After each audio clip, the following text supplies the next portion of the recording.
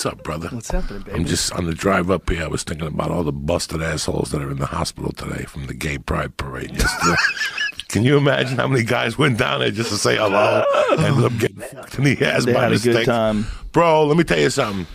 That was one of the biggest turnouts. My friend went and he said he had a fucking blast. One of my gorilla buddies said he had a blast. Blast. Gay people are great in fucking New York, all over. Everywhere. Everywhere. They're celebrating. They can be free. I They loved can it. be who I they loved are. it. But anybody who's got a problem with that is crazy. But on the dark side, let's talk about the facts here. A couple confused little young white dudes went down there yesterday.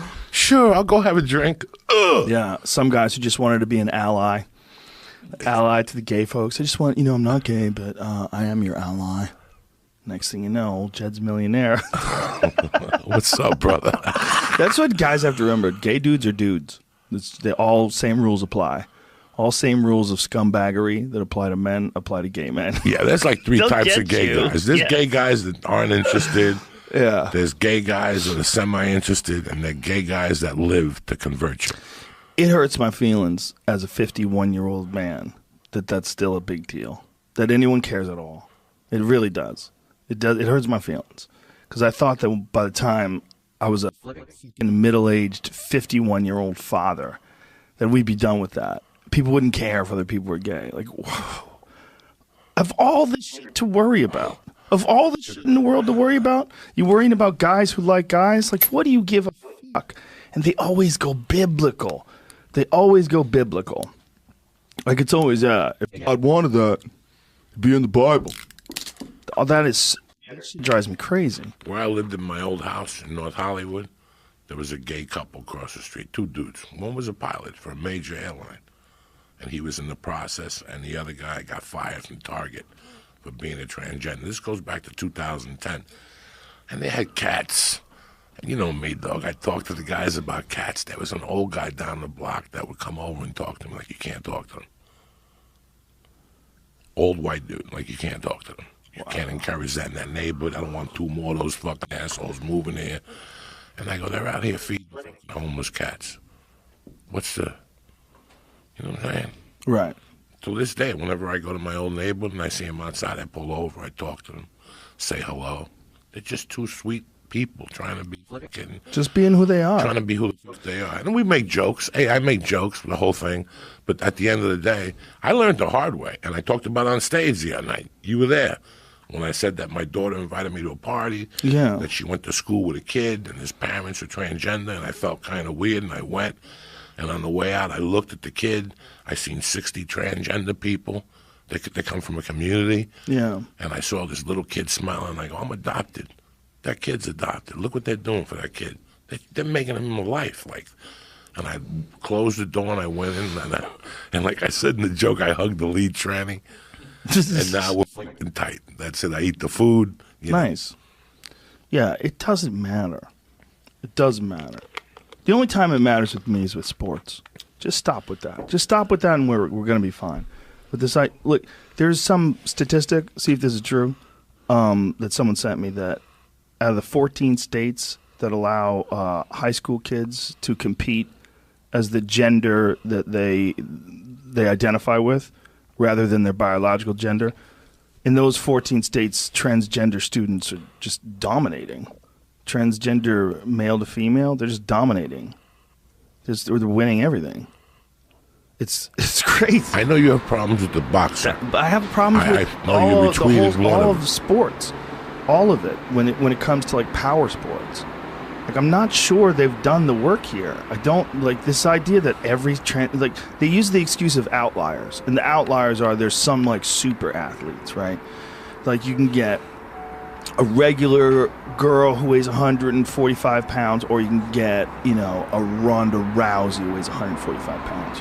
There's extreme athletes there's people that are different, right? Like Serena Williams is clearly a different level of athlete than a regular person. Right, a regular girl who's like her weight, she's just superior, and I think that is what you see with some of these transgender athletes that come over to become women. They say, well, they're no different than like an Ann Wolfe, who is like a superior athlete, female boxer. You ever see Ann Wolfe knock girls out? No, dude, She haymakers this chick with a right hand. It's like one of the most brutal one-punch knockouts you've ever seen, men or women. Perfect technique. Boom! Just waylays this girl. Timber! She falls out cold. I mean, there's not a whole lot of women other than maybe Amanda Nunes, but Amanda Nunes is doing it with them little gloves on. I wonder if she would be able to do it like that with those big gloves. I think she probably could because she hits that goddamn hard.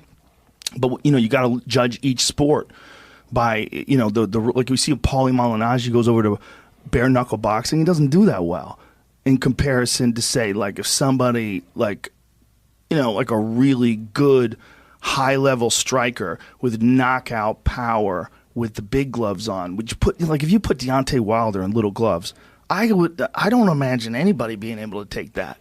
He's fucking people up at like a heavyweight with those big gloves. So it's a different thing, So who the fuck knows? But the idea is the outlier. The outlier, like if you get one superior athlete and then you have them sort of commensurate with a transgender athlete. Like a guy who was an athlete who became a woman at, in his 30s, and they just identifies, goes through the surgery, but how much benefit does he take of having testosterone flow through his body for 30 plus years? We really don't know. It doesn't mean you hate transgender people. It doesn't mean you don't love everyone. It doesn't mean you don't want everyone to live their life and be whoever they want to be with total freedom. I don't think we have males compete against males for a reason because we feel like it's more fair, even though it's not. Like, it's not more fair if I'm playing basketball against Michael Jordan. That's not fair. He's better. He's a better athlete. There's just people that are just gonna be way better than you no matter what you do. Like, if I had trained all my life to be a better basketball player than Michael Jordan, it's not even physically possible, right?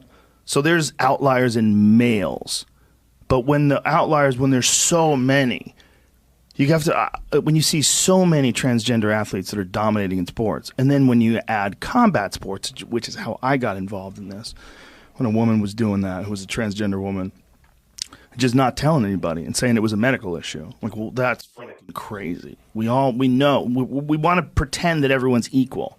We want inclusiveness and we want peace. We want everyone to get along. We want equality.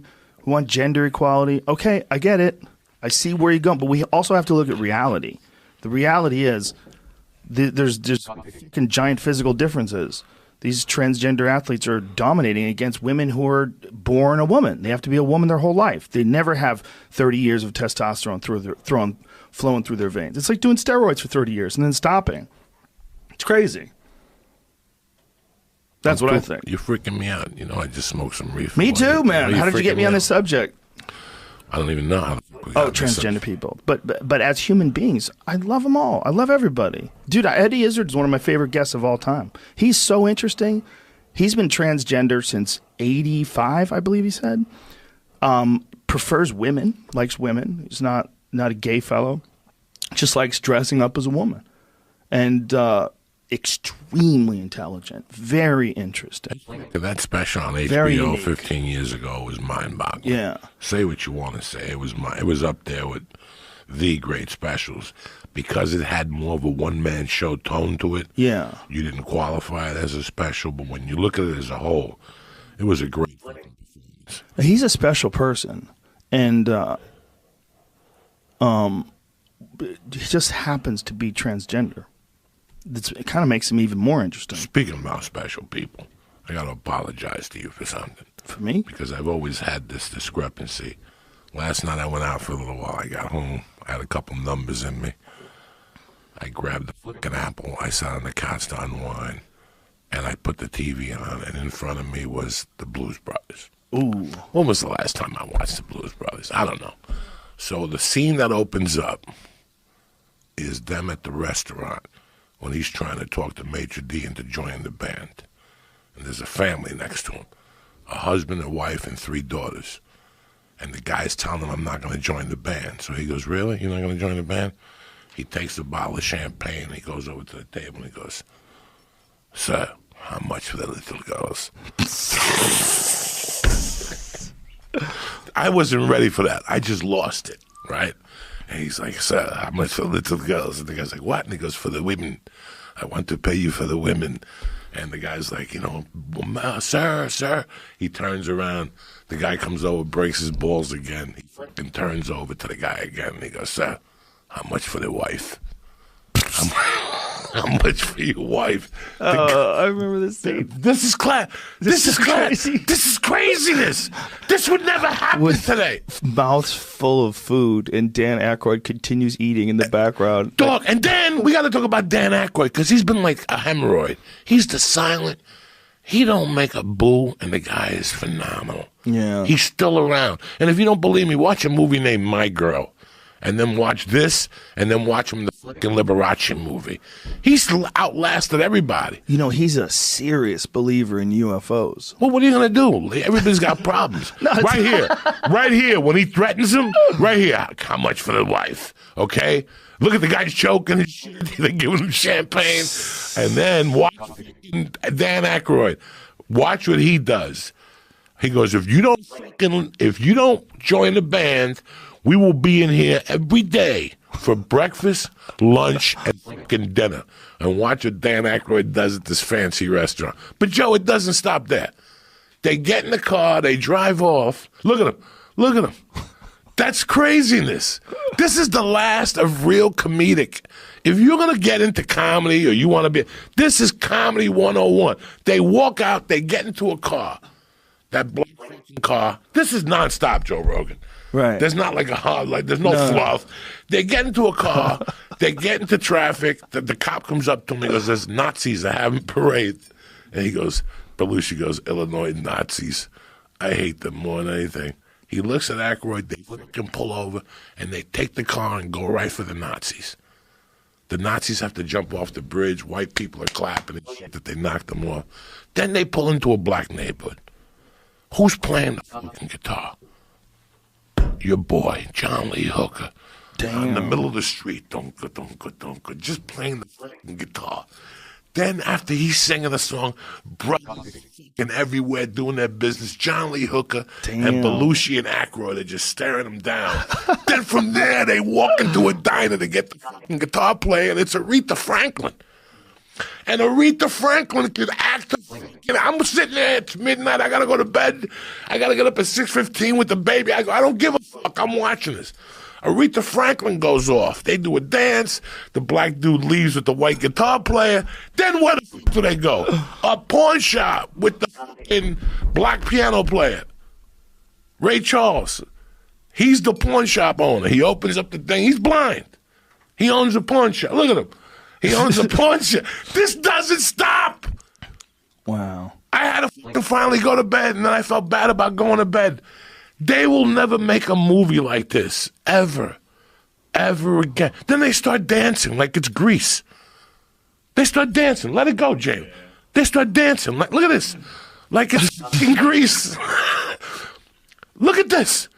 This will never happen again, Joe Rogan. Look at black people flipping in the air. This will never happen again.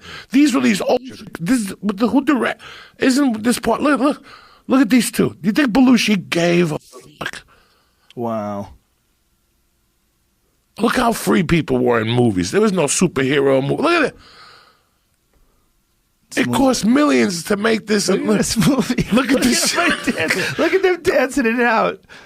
That, I forgot how goddamn fun this movie is. This movie's fun. And then the chick that died on the airplane. Wow. What's the chick that died on the airplane that was at Star Wars? Chick that died on the airplane that was at Star Wars? The chick last year. That might be the best description of anybody ever. The reefer I had that killed her. What's that chick that died on the plane? She had sleep apnea. She was doing pills on the plane. She played the actress in Star Wars. Carrie Fisher? Carrie Fisher is chasing him throughout the whole movie because he dumped her. Oh, that's right. So she's throwing missiles at him and grenades. That's right. And then they go into the bar and they tell the fucking dude that they're the good old boys. Oh, my God. This is nonstop. Oh my God. Whoever wrote this, directed this, shot this. So this whole movie, they have the Nazis are looking for him. John Candy's looking for him with the state police. Wow. That's old Chicago. This is wild, man. It's just what the folks who are just listening. Just says the Blues Brothers 1980 Shake a Tail Feather Scene. 4 of 9 on movie clips. How does that work? Like, Are they allowed to show these? Yeah, they've made a deal with them because this links also to the. If you want to watch it, you can pay right here to rent it and all that stuff. Look at this stuff. You know what I mean? I fully support buying this movie. You're looking at me going, Joey, it's a comedy. Why are they dead? Look at it just adds to the brilliance. They look like they're having a good time. Oh, if they're not snorting blow, they're not doing anything, okay?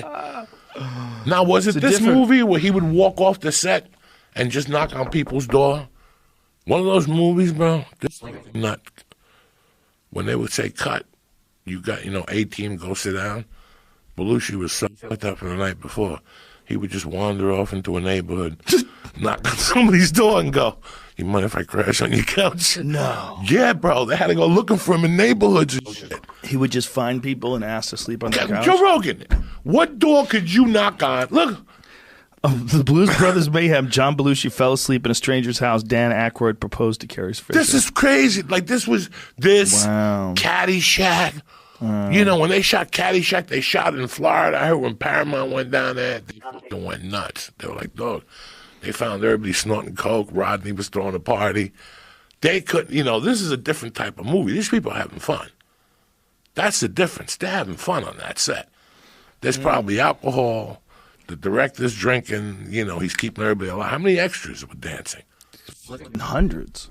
And they were all in tune. And it was like, everybody loved that movie. That's one of the rare movies with a musical scene that fucking everybody loved. The Blues Brothers. Right? Now, the Blues Brothers started on Saturday Night Live. Like, that was a sketch? I guess so, yeah. Dan Aykroyd wrote it. John Landis directed it. They co-wrote it together. Aykroyd's crazy into UFOs. He's like one of the main celebrities they pull up when people start talking about like UFO real believers. He's done like little clips where he narrates things, UFO shows and shit. He fucking believes. Well, didn't they just release that there's even more belief now about UFOs? Yeah, it's fun. I don't know if it's real, but it's fun. That's how I feel. Doug, I did a podcast with Jim Florentine, and I explained to Jim Florentine that what people don't know is that Hudson County, New Jersey, northern New Jersey, is the #1 place in the country where they have the most UFO sightings. Really? Northern New Jersey. Look it up, Jamie, if you get a minute, please, not to be rude. But isn't that like near a couple airports? No, it's closer to like like when you live in New York City and you look at the Hudson River. They say that people go on their balcony, they're drinking coffee, they're talking on the phone, and they'll see a little flying saucer go by. Really? And I know for a fact that in 1976... A little one? Whatever the fuck they are. I know for a fact that in 1975 and 1976, you could check me out on this, a UFO landed in Hudson County Park. I was a kid, and the next day the feds locked off the park. They had yellow tape. They had samples. Go look it up, dog. There's a UFO. You see that's called, North Bergen is where I'm from. That's called, I forget what it's called, but it's a circular building. So they did so much coke in there in the 80s, they called it the grinder. That's what they called it because it was shaped like the Stonehenge. The Stonehenge. I have a couple friends that lived there. People that lived in that building have seen UFOs for years. And if you go to YouTube, there's an actual North Hudson Park UFO. Wow. They dug up, they came out to there's a liquor store. And the liquor store guy says he's seen the lights. You heard like the organ music that they play. They landed. A couple Martians got out and took samples and got back in the thing and took off. There's a YouTube thing. There's a History Channel special about it. And I still remember being a young kid. Did you find anything, Jamie? That was what's popping up. All that stuff about that building and. Oh yeah, no. Is there anything that says a UFO landed? That's the story I'm reading right now is what he's saying. Yeah. And witnesses. It's not just one guy that says, "I know UFO." It's people who got knocked on the door and said, "Did you see anything at 11:10 at night?" And they said, "You know what? There were lights flashing outside." They contacted police departments to see if there was any. They went full. Then the FBI came in, circled the park. It was by the Little League field in Hudson County. But it is like you'd think it was Area 51. You'd think it was close to northern Las Vegas.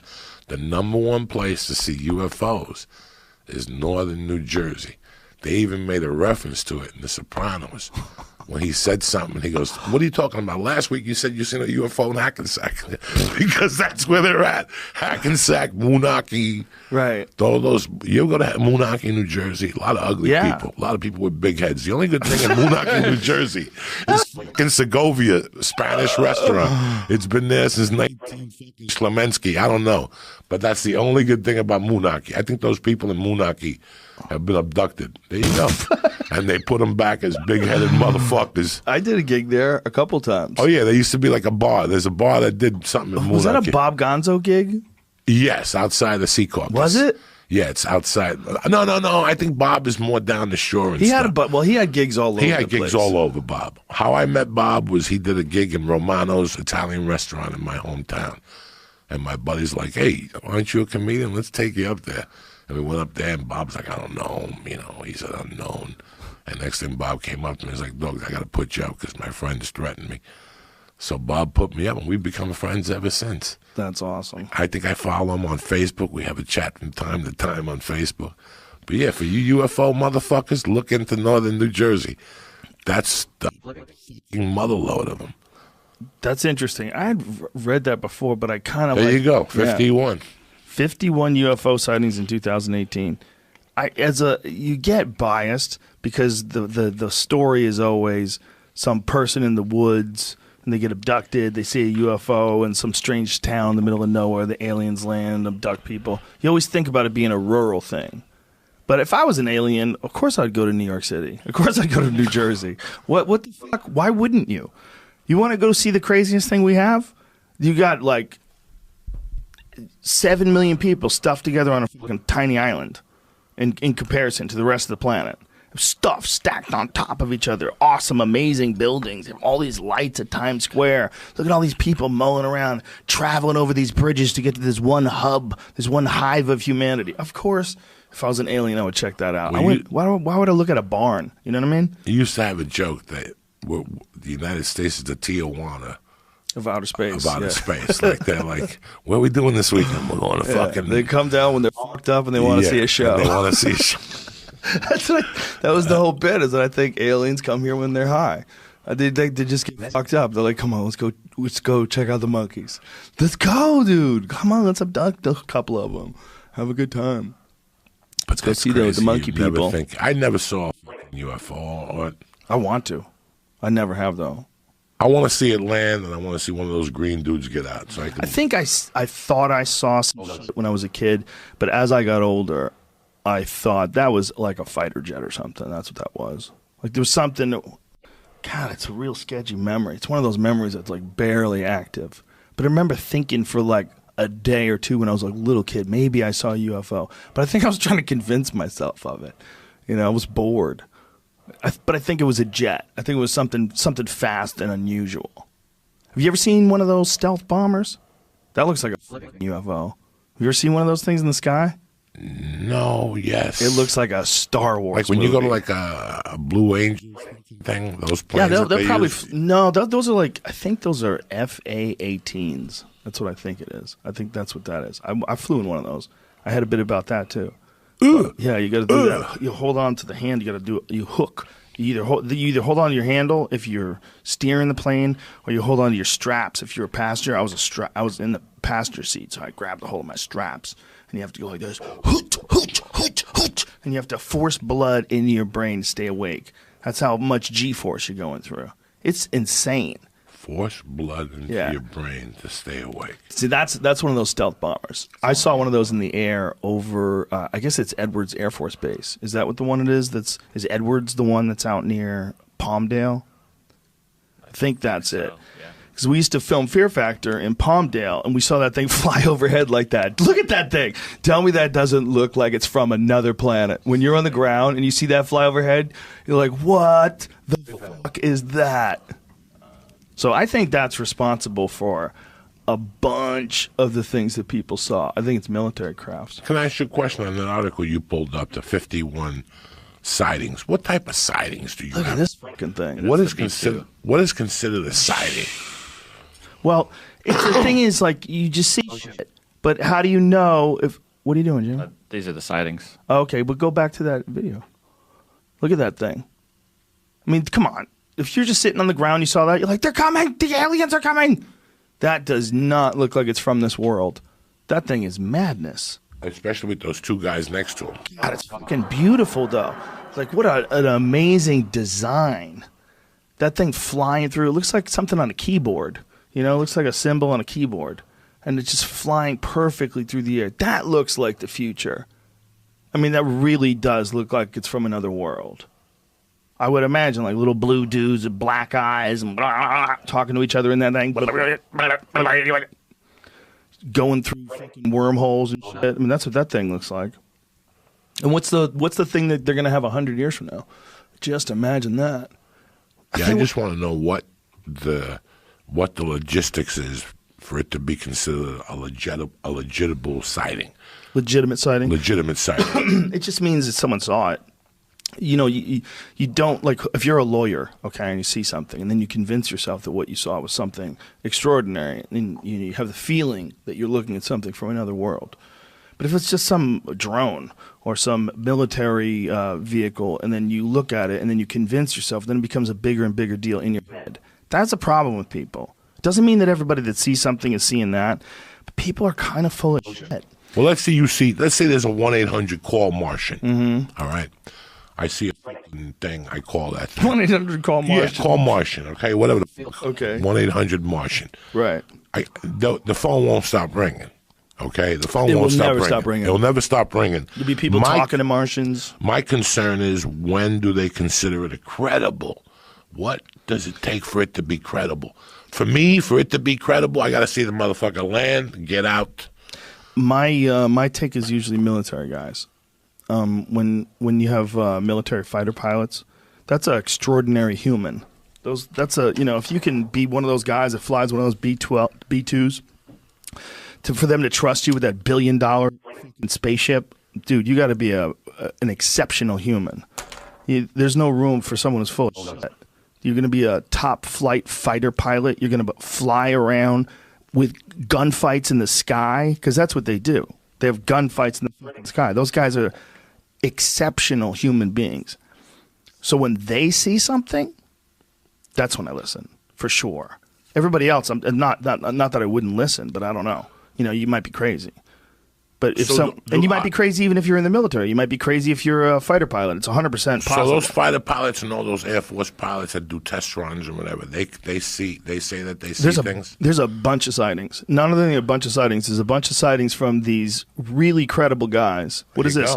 Fleet of UFOs followed U.S. aircraft Navy pilot says. Yeah, May this is 29th. what I'm talking about. See, these guys that are talking about these things, these aren't guys with histories of embellishing things. They have this, whatever that is. Is that radar? What are they looking at? Is that infrared? Like, what is that screen that they're looking for? Does it say what kind of image it is? Because it's like a weird look. It's not like a photograph, right? It's like a weird computer image. Because it's detecting it, right, with some piece of equipment, right? Isn't it?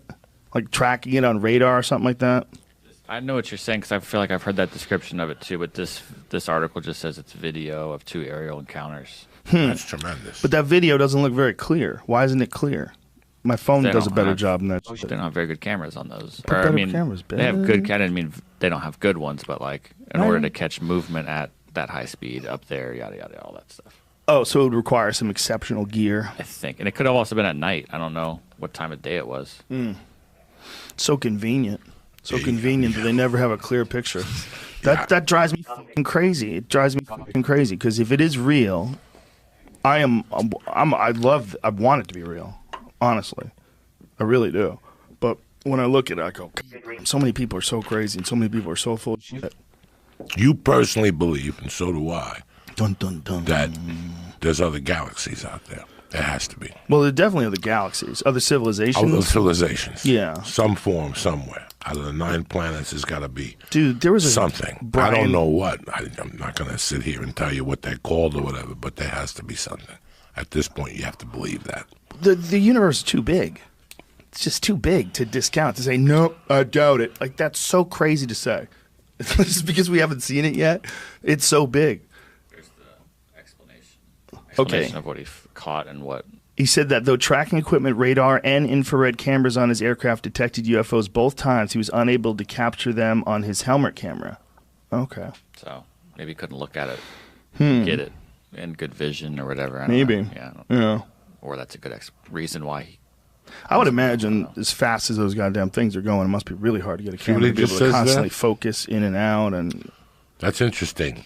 He says that Lieutenant Ryan Graves, whatever, a squadron of UFOs followed his Navy strike group up and down the eastern coast of the U.S. for months. I'm telling you, little fucking... I read something about the Hudson River, that all those people that live across the Hudson River, whether on the Weehawken and Edgewater side or the west side of Manhattan, those are where the people on their balconies see all that shit. Look at this shit. We did have issues with them when we went to the Middle East, Lieutenant Graves said. Imagine them following the war. Imagine if they were aliens and they came down to follow the war. So they see the war going on in Iraq, how crazy is Afghanistan. They come down and they're checking it out. Just to go on the cynical side of this, they're not necessarily saying they are an alien ship. They're saying it's a UFO, so it's something they're not sure of. What if it's some sort of awesome drone that some Middle Eastern company has and it can just follow or move faster or something? Sure. I don't know. That would be the more likely explanation, right? Yeah. Terrestrial would be more likely that someone has advanced shit. We know they have advanced shit. I mean, we know they have incredible drones. You know, the stuff that they can do. Oh, Larry, they got drones. That Green Berets or SEALs, you put razor blades on them, and they slit your throat when you're driving. Whoa. That's how good the technology is on those drones. Jesus Christ. I wouldn't be shocked if they could do all kinds of things that we can't You could be expect. standing there, and they could take the drone to just come down, and they put razor blades on them.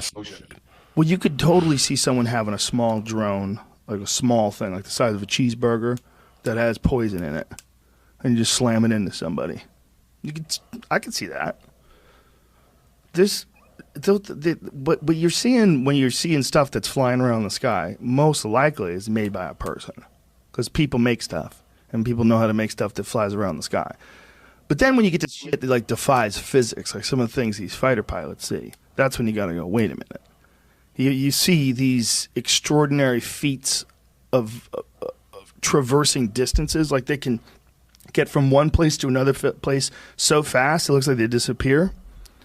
This is something they all talk about. They all talk about the insane speed at which these things can go. They can just change angles. They can just go and then take a hard right angle turn. They can do stuff that nothing that we know how to make can do. That's where it gets to be like, whoa. Like nothing. It's not like it's like, oh, that's like a fighter jet, but like really fast. You know what I'm saying? It's like an alien car. Oh, it's like a car, but it's way faster. Like it's an alien car.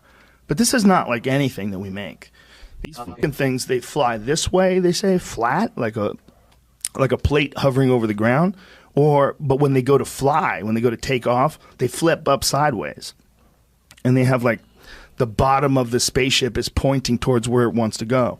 And it does something to space and time, make some sort of fucking magnetic gravity connection, insert big spooky words, whatever. They don't know how the fuck it does it, right? This thing can go like insane distances in insanely small amounts of time. Then when they all report the same kind of behavior of these, so many of these reports are like that. They're talking about this thing that goes insanely fast, turns on its side. It looks like a Tic Tac. It looks like a saucer. It looks like they're trying to figure out what the fuck the shape is because it's moving so goddamn fast. But it's doing stuff that nothing we know how to make can do. I don't know if it's from another planet. It might be from here, but it's exciting. I want it to be from another planet. That's what I want, like unbiased, like what I would love it. Just be completely honest. I would love it if it was aliens. But if it was people, I'd be even more scared because people can do that. People can do that, and no one knew. Like if you can imagine a person who can make a spaceship that defies all of the rules that we know about travel, about air travel. They can make something that defies all that shit. And somehow or another keep the whole development and production of it a secret, and then have this thing and take it off, and no one knows how the fuck they did it. That's almost more impressive than aliens. Because that's what these things are doing is if these pilots are accurately reading what's happening and they're telling the truth, the thing that's remarkable is their stories are very consistent. There's a lot of very similar stories from different people that they make a living flying super fast warships. They see things. They know what the fuck they're looking at. They see something they don't know. They're like, what in the fuck is that? When they see something like that, that freaks me out. That's when it gets me. Because when it's a kid's riding his bike to school and he looks up and he sees a UFO, okay, maybe it did happen. Maybe it did happen. Maybe the kid's being 100% honest. Or maybe he was bored. Maybe he was bored and decided to make up a crazy story and stuck with it. And then after a while telling it, maybe he believed it himself. That happens too. People see things. They don't know what they're seeing, and they decide that it's a different thing. I've said this before, but it's a true story. When I was in Alberta, there's wolves there, and I thought I saw a wolf for like a whole second. It was a squirrel. It was a fucking squirrel. But I saw gray fur movement wolf squirrel.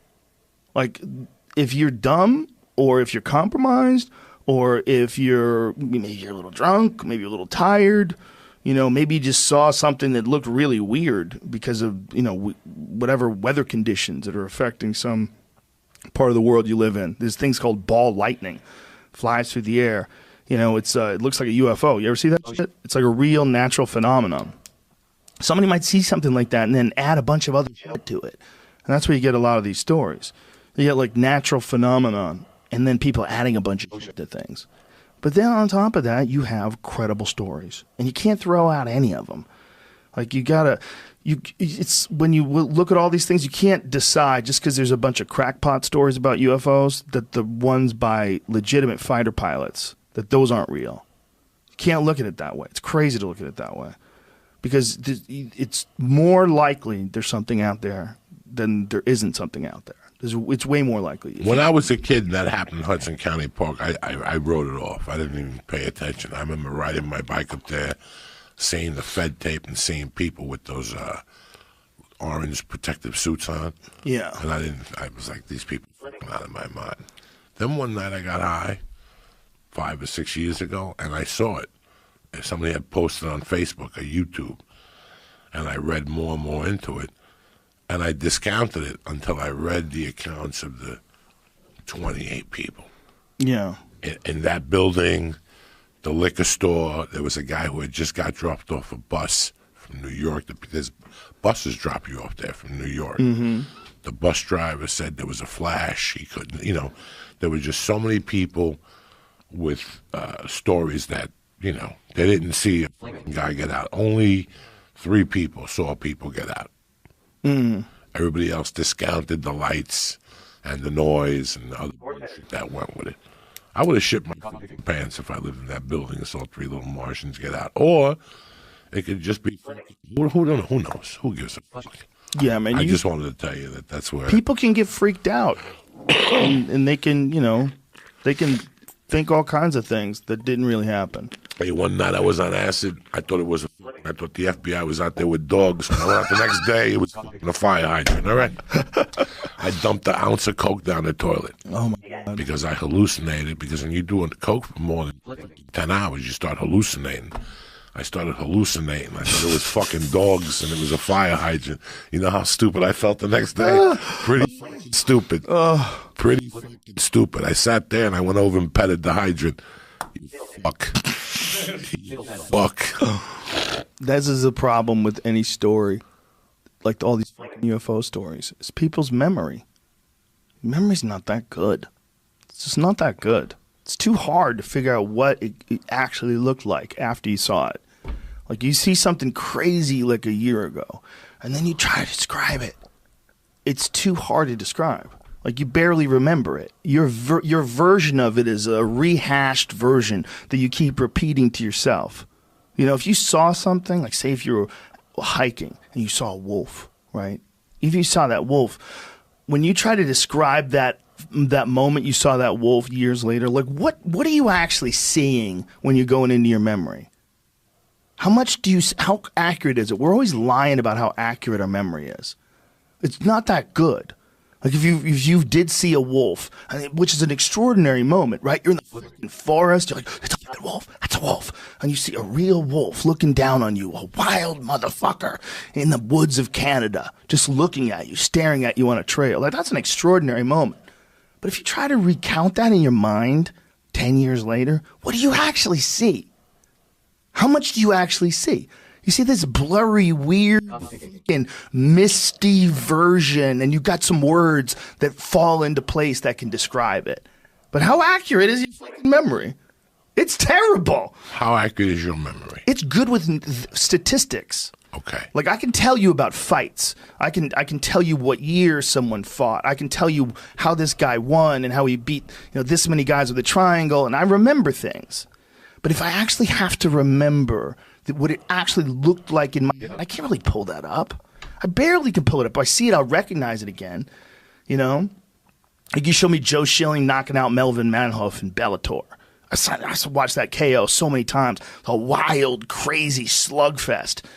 And if I see it, I'm watching it happen in a video. I remember it. Yep, this is how it goes. Here it goes. Boom! He KOs him. But if I had to just pull that out of my brain right now, it's not good. Do you know what I'm saying? Like if I have to close my eyes and pretend I saw Mike Tyson knock out Michael Spinks, I kind of can see little flashes. I can kind of remember weird little parts of it. I remember the final right hand. Boom! He just sends him flying through the ropes. It was chaos. It was just like he's the best ever. But if I had to play it back in my head, it wouldn't be nearly as good as a video of it. How's the memory in your life? How are the memories of your life? Do you remember being 3? Do you remember being 5? Like the other day, I think about I was fucking suffering, not suffering, but I was trying to think of my dad. My dad died when I was 3, and I have 2 memories with him. I have 2 memories that I can look you in the eye.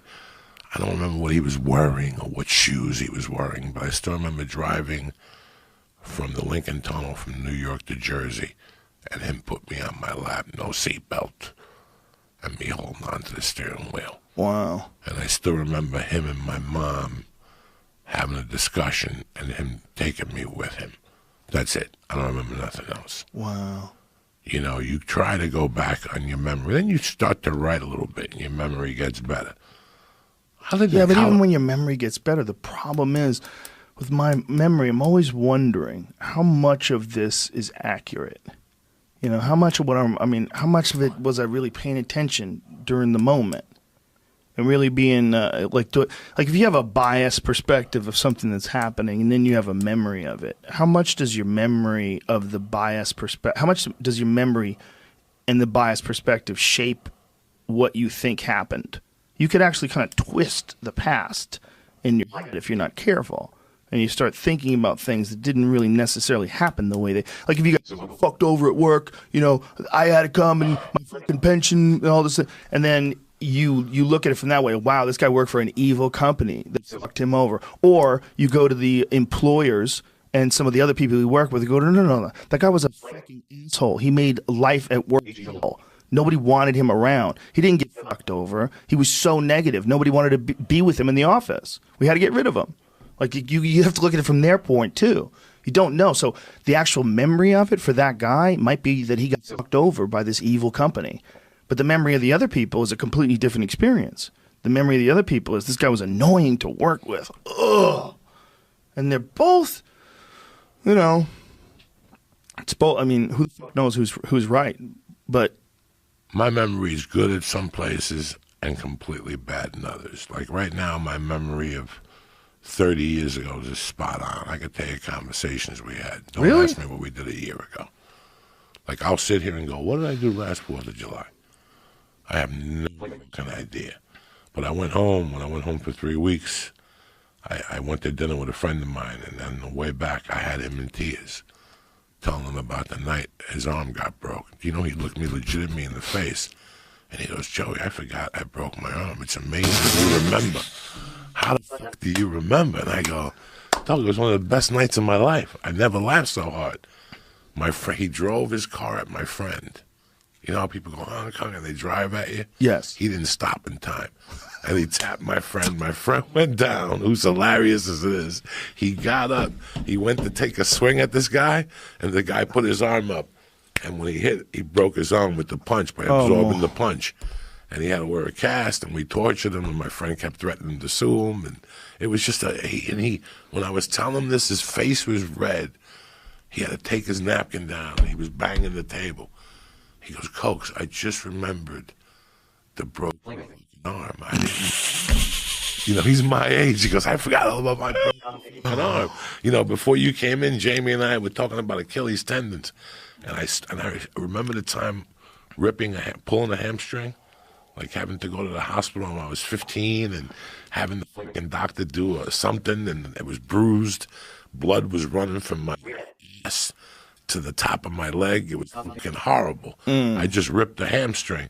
We were talking about, you know, like just that, you know. And then there's a theory that there's times like you'll go back to Newark, like I don't know if there's a fight. Are you going to Newark, that fight? No, I'm not working that one. Well, let's pretend you went back to Newark and you went to see where your grandpa lived and you saw a corner store that was still there. This is interesting. And you go into that corner store and maybe you get a bag of Wise potato chips. Maybe you get a bun that you went there and got. They say by tasting that bun, and it takes you back. It opens up all those memories.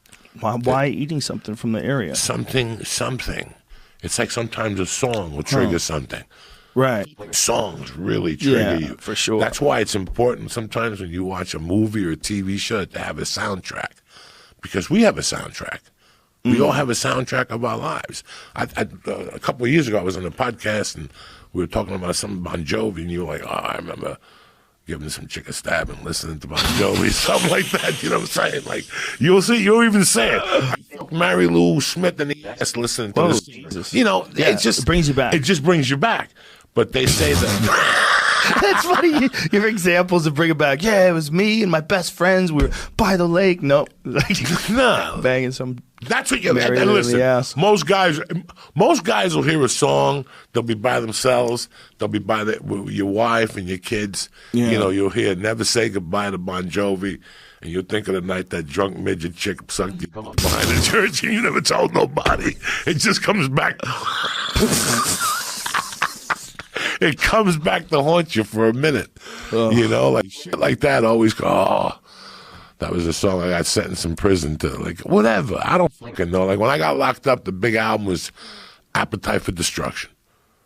When I got locked up, the big albums for regular people were Appetite for Destruction.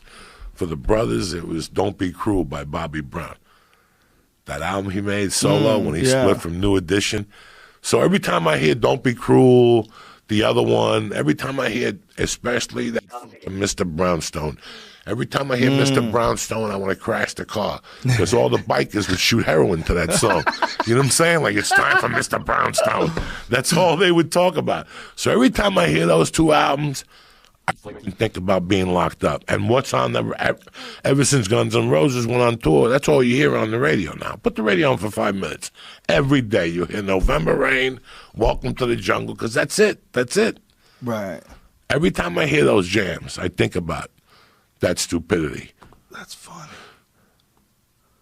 Welcome to the Jungle was mine. But there's a lot of people who will say to you, like, oh, you know, I used to make love to my girlfriend listening to that album, you know, whatever. But there's some people, animals, and say, you know. Yeah, the truth. I used to get my dick sucked listening to that when I was 14. Yeah, music, more than anything, is like an imprint of the time of your life when you saw it. Like, if you go back and think about, like, for me, it was Stripes with Bill Murray. I think I had to be a teenager. What year did Stripes come out? What year was that? 81. Perfect. So I was 14 years old. I was in ninth grade. I was a freshman in high school. So that, when I think about that movie, like, that was the epic movie of our time when I was a kid. It was like, I think about that time of the year, or that time of my life. You think about who you were. You know, it brings you back to a weird place. Like, it helps, it enhances the memory.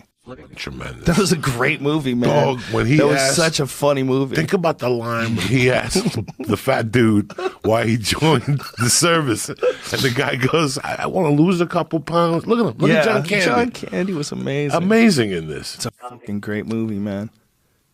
It was just so good at the time. You know, it just you had a smile on your face through the whole movie.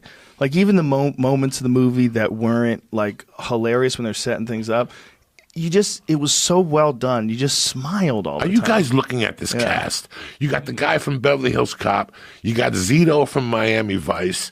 You got fucking Harold Ramis, who was a blessing in my life. He legitimized me when I did his movie. The movie was terrible, but he was phenomenal comedy-wise. That's awesome. I don't know what this brother went on to do, but you know, this is fucking great But look at Bill Murray. This is the height of Bill Murray. Now, you guys got to remember, we were just talking about another great movie a couple minutes ago. Didn't these both come out the same year? Did they? Yeah, 81, 80. This is the shit we were going through. Yeah. This is why we talk about movies and music. It's not that we're old men and being nostalgic. I'm telling you the truth. Mm-hmm. They were making great movies at this time. There was a few great movies. A few? There was a few, yeah. I mean, quite a few, I should say. This, Planes, Trains, and Automobiles, when did that come out? 83, 82, 84? You know, you got it. The comedy lessons we were getting those years, 87. Well, let's think of this, like just cinematically. Like, what year did The Godfather come out? 73. 73. 72. Exorcist, 73. The Mechanic, 73. It was just too much. Just those three movies right there. The Godfather, The Mechanic, and The Exorcist. Yeah.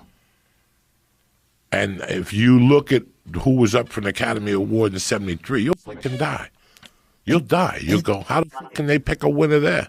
It's also, imagine the stark contrast between that and 53. Like 1953, the movies were kind of corny, you know? Even if they were good, they were kind of corny, you know? And if you go any earlier than that, like, you ever try to watch King Kong? You ever watch? I watched it with my kids, and wife wasn't home, and they were scared. They're like, I don't want to watch a scary movie. I go, we're going to laugh at a silly, scary movie. And they're like, really? I go, you got to trust me. This movie was from so long ago that what they thought is scary, you're going to think is silly. And they're like, are you serious? Because they go, okay, but if we get too scared, just shut it off, right? I go, I'll definitely shut it off. They were like, I think 7 and 5 at the time. Movie, it's so fake looking. When the gorilla comes out, they thought it was hilarious. And then because we talked about it being funny, then they were just laughing hysterically and cracking all these jokes about what that thing looked like. That it looked like, my youngest daughter said it looked like someone was moving poop around. That it looked like just like it was made out of poop. Because it's all clay. It looks so dumb. But, you know, back then, that was as good as it got. Well, look at the new Godzilla. The new Godzilla is god-awful. People leaving with a fucking headache. Are they? Yeah. Look at the old Godzilla. It's a comedy. It is? Oh, my God. You see those poor little Japanese people? Look at this, though. And yeah, look how fake this looks. But it's this crazy. Must have been huge back then. Look at these guys like, yeah, buddy, you're not in a plane. It's like so fake looking. You know, like these guys flying around. And look how bad the gorilla looks. It's so crazy. But at the time, this was unbelievable. This was amazing. So if you go from this to like Apocalypse Now, the jump in terms of like how impactful it is and how much they nailed it, like it's a fun movie, man. Don't get me wrong. I have a King Kong poster on my wall at my house. I love the movie. No, I love this movie. I have a movie poster from the 1930s. And I'd much rather see the old Godzillas. Godzilla versus Mothra, Godzilla versus the Smog Monster, Godzilla. Those are fun. Just to see what Japanese people were doing. Yeah. They had the string on them. They would do wide shots, so they would show the Chinese people running, and then they would just have a single shot of Godzilla moving through the air. You see, look at that. They're Japanese. Japanese. Okay. Look how dope he looks. Like, even when it's lit up, that is fucking fun, man. That's fun. Look, he's going through the fucking electric. Godzilla doesn't give a fuck. They're shooting him. Fuck you. Yeah. See, now they can't show you a behind shot of the Japanese shooting Godzilla because there's really no. They just shoot into a wall. It's completely separate. This is like a real clay model. If you look at it, he's really not 60 feet. It's maybe 8 inches or something. No, this is not a model. These are men in suits. This is the difference between King Kong and shit. Yes, okay. These are men in suits, and it was really complicated. And these guys had to be really strong because they're carrying around this gigantic rubber suit, and it's heavy as fuck and hot as fuck. So the reason why it moves so fluid, what the Japanese did that was brilliant, was they had men and they put men in these monster suits. Look at the smoke coming out of his mouth. Yeah, go and Google the men who wore the Godzilla suit. It's actually pretty fucking cool. It's not easy to do. These guys had to walk around and have these fight scenes and shit in these big giant suits. That wasn't animation. That's a dude in there. Isn't that crazy? And that's what it really looked like in terms of height-wise. It was like the size of a person. See that guy go back a bit? You see that guy getting out of it? That right there. That's what the dude looked like who was inside of it. He was wearing them. I always thought it was like a clay model. Maybe No. King Kong's a clay model. King Kong was claymation from Ray Harryhausen. That's how I got onto the subject with them. I was telling them about they love that Monsters, Inc. show. And Harryhausen is one of the characters or something about Harryhausen is in the movie. I said, I go, do you guys know who that is? And they go, no. I said, that is the guy who, of course they didn't know who it is. What the fuck am I talking about? But I said, that's the guy who was one of the original monster animators for movies like King Kong. He did all that claymation stuff. And back then, I mean, that was the state of the art. You got to think, it's 1930 something. I was like, King Kong was what, 33? Yeah. 33. When was Godzilla? That was later. That was post World War II. Yeah. See, what is it? I'm sorry. 54. 54. Post World War II was Godzilla. Godzilla was after I shouldn't say we. Somebody from the United States dropped bombs on Hiroshima and Nagasaki when they used nuclear weapons. The idea was that, and all the nuclear tests that they had done in the water, there was no real understanding of what the fuck was going to happen. And so the science fiction version of that would be that all that radiation would create some super monster. Fucking brilliant. Yeah, man, the Japanese I got to give it to them. They were dealing with radiation poisoning and death on an unbelievable scale. I mean, hundreds of thousands of people wiped out instantly from atomic bombs. I mean, and so just the sheer force of the power of those things, you couldn't even imagine that there could be anything that could do that. Just one thing that falls out of an airplane that can do that. Well, what else can it do? You know, well, what happens if it gets in the water? How's it going to affect fish? How's it going to affect, who knows? So the science fiction version was always awesome. It was like a Godzilla would come. That's what the new one's about too, right? The new one is the same kind of thing, like a dinosaur got zapped and... No, I believe the new one was all the other dinosaurs came back and they had to reawaken Godzilla because he's the only thing that can fight him. Oh, God. Oh, God. Yeah. So it's a superhero monster movie? He's a superhero? Godzilla's a superhero now? They had to bring him back. He's a good guy in this one. Oh, no, he's not a good guy. So at the end of the last one, everyone complained because there's like this weird winky scene where like Godzilla and the main guy like looked at each other in the eye and we're like, same team, bro. You know the real Godzilla is, man? The real Godzilla is Cersei's, not Cersei. What the fuck's her name? The dragon. Mother of Dragon's dragon in the Game of Thrones that fucked up that city at the end. Like that's what a real horrific idea of a fire-breathing lizard. But Godzilla was always adorable. Didn't really go after people. Even the early Supermans, the first like 6 episodes, you could see the string. Really? Check it out. That's hilarious. The black and white. The pilot. Maybe the pilot in the first 3 episodes, so they figured out how he could do it. You could see a string. The Godzilla story is a weird story, right? Because it's not like Godzilla goes on a killing spree. He just goes through Tokyo and just starts lighting every building on fire. He doesn't do that. He's almost like a good guy lizard. And in the new movie, it's more accentuated then. So he has to help us. And Mothra was the fucking bird. Mothra was a moth. Mothra was a moth. Yeah. And what was the smog monster? You got Rodan. His ultimate nemesis. Right, Rodan. Rodan was the ultimate awesome. nemesis. Yes. What did Rodan look like? I'm trying to remember, like wings and shit, right? Didn't Rodan have wings? You gotta get high and watch all these. Yeah, it's like the... Yeah, you gotta get high and watch these Rodan guys. Looked like. This is crazy.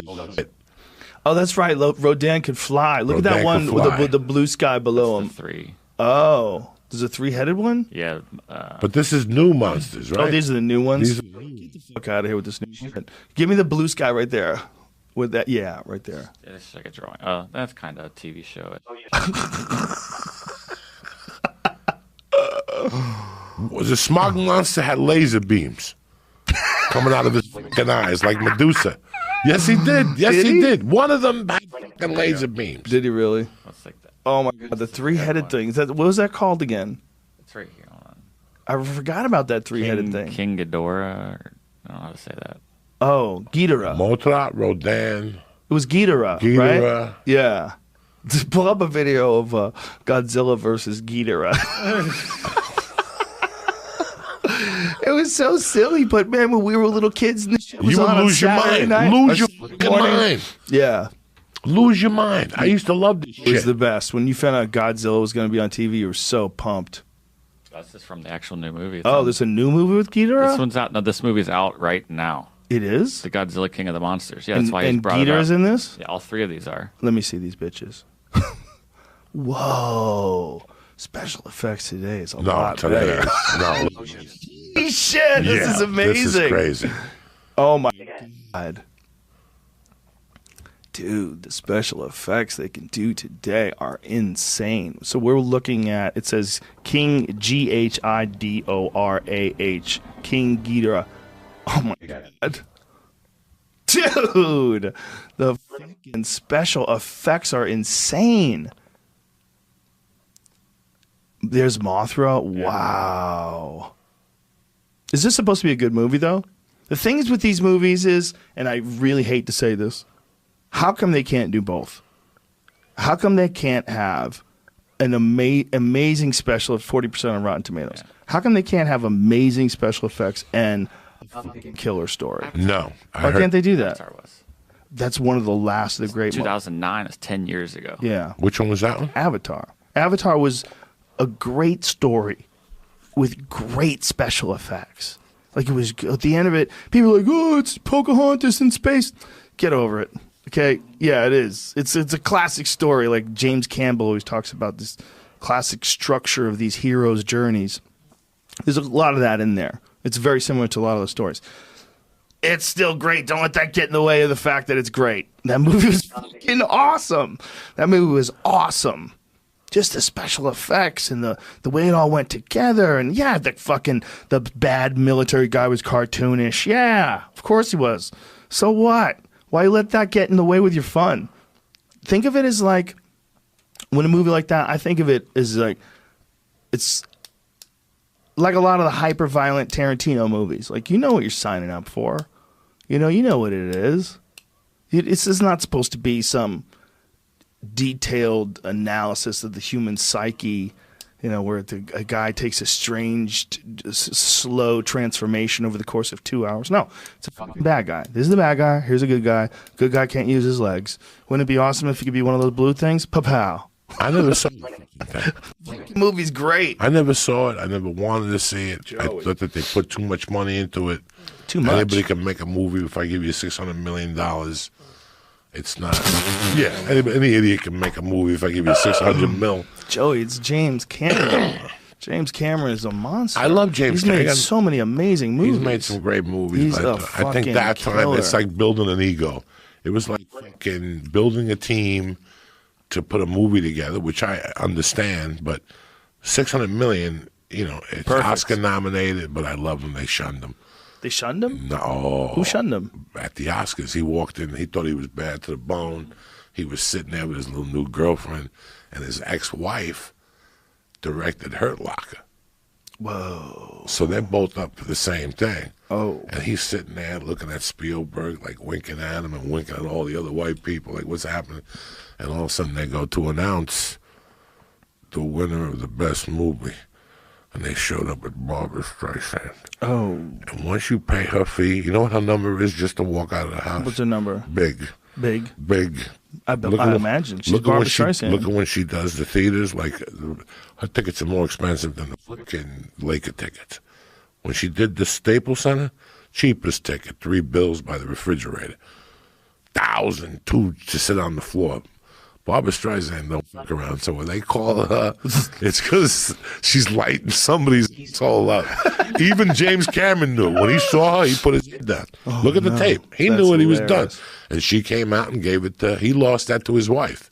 Hurt Locker, though, was like a culturally significant movie at the time of a war that was super well done. There was no bullshit in that movie. Like, that is a good fucking movie. Hurt Locker is one of those movies at the end of it, you go, Jesus. Speaking of Hurt Locker, did you see what happened in New Jersey yesterday? What happened? ICE went to New Jersey to go into some Jewish place, and Jews got together and held hands, and 36 of them got arrested. I've always said those Jersey Jews don't fuck around, dog. East Coast Jews, all of them. Jersey, New York, Jews, Brooklyn. They held hands and went up against ICE. Good for them. Little young kids, they don't fuck around, those Jerseys. I was telling Lee last night, I go, Lee, you know they sell more neck braces in Jersey than they do across the country. Because there's a lot of Jews in Jersey that just wear neck braces. Did you know that? Why? Because then they're under lawsuit. Oh. Like when I grew up. So they just get hurt all the time. Every time I go to the Meadowlands, there'd be 8 guys with neck braces on at the Meadowlands. And I asked around, what goes on? You don't know what that is? They have somebody on the paper. They have a court case going. Oh, that's so funny. So they got to wear neck braces. So they call them the Jewish gold chains in Jersey. You didn't know that, dog? They call a neck brace a Jewish gold chain. So racist. Like when you go get a fucking neck brace, you have to back order them in Jersey. Like Jewish folks are interesting in that it's a religion and a race. It's a religion. It's like a both, right? Kind of.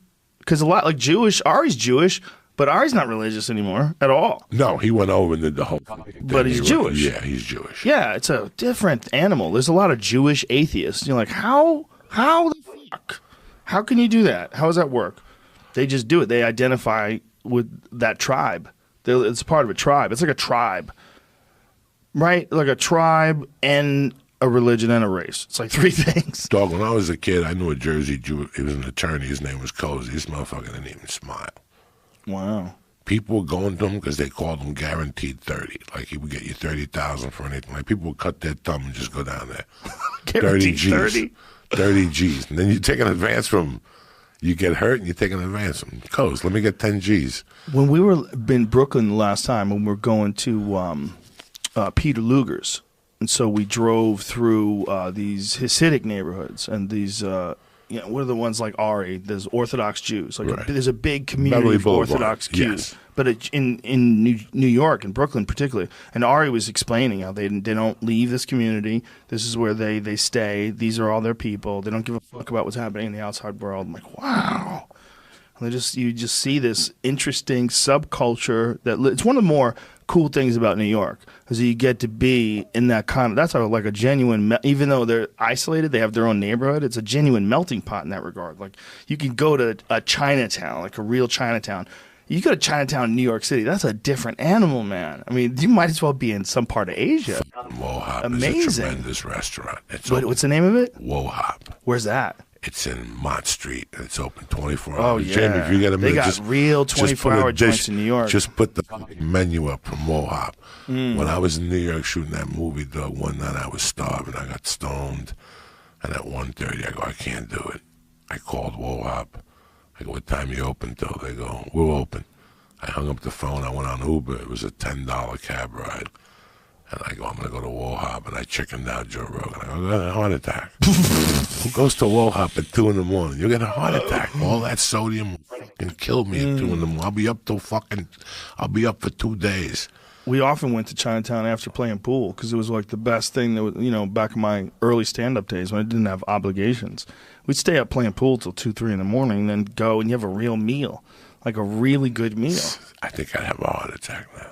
Yeah, that it's a meal at night with egg rolls and steak on a stick. Yeah, and just the pork fried rice alone will set you off. Was there even Diet Coke back then? When did Diet Coke get invented? No, there's always been. We always had Fresca. Yeah, we always had Fresca. When we were kids, Tab. my mother Remember had Fresca Tab? and Tab. I drank Tab. My mother had Tab. People got super sad when Tab went away. I remember, like, people would be all bummed out. Like, well, I love Tab. But Tab was a girl's drink. Tab. Oh, hold on. That was a girl's drink. Yeah, Tab, Fresca. Fresca was more of a girl's drink. But Tab was a girl's drink because it had a pink can. Didn't Tab have like a pink can? Yes. It says 1982. That's when Tab went away? No, Diet Coke. Oh, wow. I thought it was older than that. Me too. Yeah. I still remember in 85 when they changed the recipe. That was 85, and motherfuckers went nuts. They went crazy. Yeah, they really did. They went crazy. New Coke. Like, what? You're on Coke. Why would you fuck with the taste of the best soda of all time? Coca-Cola is the best tasting soda of all time. I mean, there's other stuff that's really good. Like root beer is really good. It's interesting. But there's a reason why that shit sold 1 billion trillion gallons over the past. So Tab had saccharin in it and led to bladder cancer in rats. People found that out, and then it popularity declined exactly when Diet Coke came out in 1982. Oh, they got set up. Put on your pink, your pink tinfoil. Let me see a picture of it. What did a Tab can look like? Yeah, you're right. Pink. Was it pink? I'm trying to remember. See, again, memories. Okay. Like I was talking about. I know that registers with me, okay? I know that makes sense. Yeah, that's what Tab looked like. That makes sense. But that looks like it was a Coca-Cola company also. Yeah. So I think Coca-Cola discontinued Tab, put more cancer in it, and sold it as Diet Coke. What I was going to say is I could never draw that. Like if you asked me to draw what a Tab can looked like. I wouldn't be able to do it. I knew it was in that realm of that red, but it wasn't Coca-Cola red. But that's what I'm talking about with memory. You know, memory is a weird thing. It's very weird because my memory with numbers is pretty good. I remember a lot of important dates and times and things and statistics. I can remember a lot of statistics. And I remember a lot of fights. Like I could pretty much tell you what the outcome was. But how much do I remember of seeing it? How much can I pull up and watch again? How accurate is that? I don't know. Like I was more of a sporting guy when I was growing up. And yesterday I was on a plane and they had the DirecTV on there. And they were showing the best 10. I was looking at the iPad anyway. I was watching something on the iPad, but that screen was on. And they were showing the best 10 football plays. And they showed Joe Montana throw it to Dwight Clark in 81. And right away, my memory was like, wait a second, I won 800 on that game. Because I had the over, I had San Francisco getting 1.5 points. Dallas went into San Francisco giving a point in those days. Jesus. Not on my clock. Jesus. Not when Snowy Joey was throwing heat. That's when Snowy Joey was up there snorting coke, throwing touchdowns up there, Joe Montana. Like, I have all, like, look at that. Oh, no, there was a catch that some giant made with one hand. I don't know what oh my God, they showed the best 10 catches. I was sitting there and I was just looking at them, but I saw this one catch. I don't know I think this is the kid they traded. He just reaches up and the defender, he fucking pulls it in. Oh my, I don't know if it's Odell Beckham. I thought it was Odell Beckham. It's like his specialty is doing those catches. Did you see Francis Ngannou knock out Junior Dos Santos? Yeah, I didn't even think it was a real knockout. He just blushed him. Look at him. He hit him and he went down and held his head. Let him fight it out with him. Listen, that fight was over. You got to listen to me. That fight was over. Did he hit him that hard? Yeah, it doesn't matter. The scary thing is he just clipped him. He clipped him. He clipped him, rocked him, put him down, pounded on his head, and Junior just couldn't even move. He just laid there and take it, and they stopped it quick. That was 100% legitimate. 100% legitimate I thought stoppage. between you and I that this would go a little longer. I thought that he was a seasoned veteran. I thought that he would go at least take it into the third round and try to nullify his power by the third round. You can't keep throwing those fucking haymakers. I thought he was going to wrestle him a little bit. It was not what I anticipated. It was not the game plan I thought. I got off stage and it was starting. As I walked into the green room, and they were going, and I was so fucking happy. I'm like, let me watch this. I go, I think Junior has a shot here. Fucking, as I thought that he was already on the floor holding his forehead. Junior had a good start where he was kicking the leg, especially the lower part of the leg. You could really fuck someone up with that. Right. He knocked him off balance. He knocked him off balance, and that can really fuck you up, man. Like really mess up your movement. And if that was the case, if we was able to mess up his movement and get him to miss a little bit, get him so that he was having a hard time moving correctly and keep chewing on that leg, then maybe there would be openings for him to jump in with some punches. The problem is when they're both on the outside, Francis is bigger and the consequences are way more grave. If Francis clips you, it's nighty-night. I don't care who you are. He's so confident in it, too. He moves forward, and he's going to throw everything full speed. The first round with him is extremely dangerous because he's just trying to take you the fuck out. It takes a guy like Stipe. Stipe Miocic saw what he was doing, and what he did was just ride with it. Just moved away from it, kept his hands up. When Francis was coming after him, he used good defense, and he kept moving and kept picking away at him, taking his shots when they were there, and then started wearing Francis down, taking him down, beating him up, and then just dominated him. Clear-cut, unanimous decision for 5 rounds. It takes a guy like that, a guy like Stipe that has the mental fortitude to stick to a game plan, not panic in the firefight, because that's what happens with Ngannou. You're like, Jesus Christ, I'm going to see lights any second now. I'm going to see a big flash, and I'm going to be out cold. Any second now it's coming, and you see the reaction they have to him. They fight different. They fight different with him than they do with anybody else because the consequences are so grave. You watch the way he knocked out Alistair Overeem. The consequences are so grave, so everyone's scared.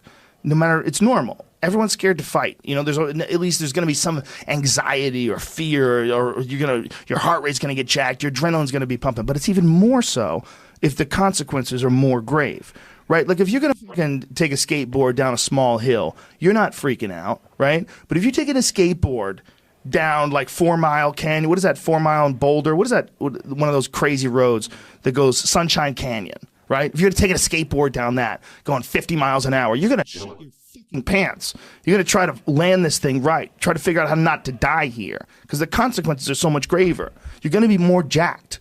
And that's what happens to these guys when they fight Francis. The consequences are so grave. They make mistakes. And then with Junior, he reached for an overhand right. He just really, really extended himself. And you can't do that with Francis. He just the scary thing is, it's true what Krokov says. Everybody has a game plan, then they get punched in the face. That's Mike Tyson. Mike Tyson said that. I think it's un gallo that, once you get that first point, the fight. I only saw 2 fights. The funniest one was the first one against the kid from Dallas. Props to him. He went up against like a lieutenant in the KKK. The guy drew blue on his face at the weigh-in, and they almost got into a little scuffle in the weigh-in, and he had no fucking love in his face. He didn't smile one time. He was definitely a member of the KKK.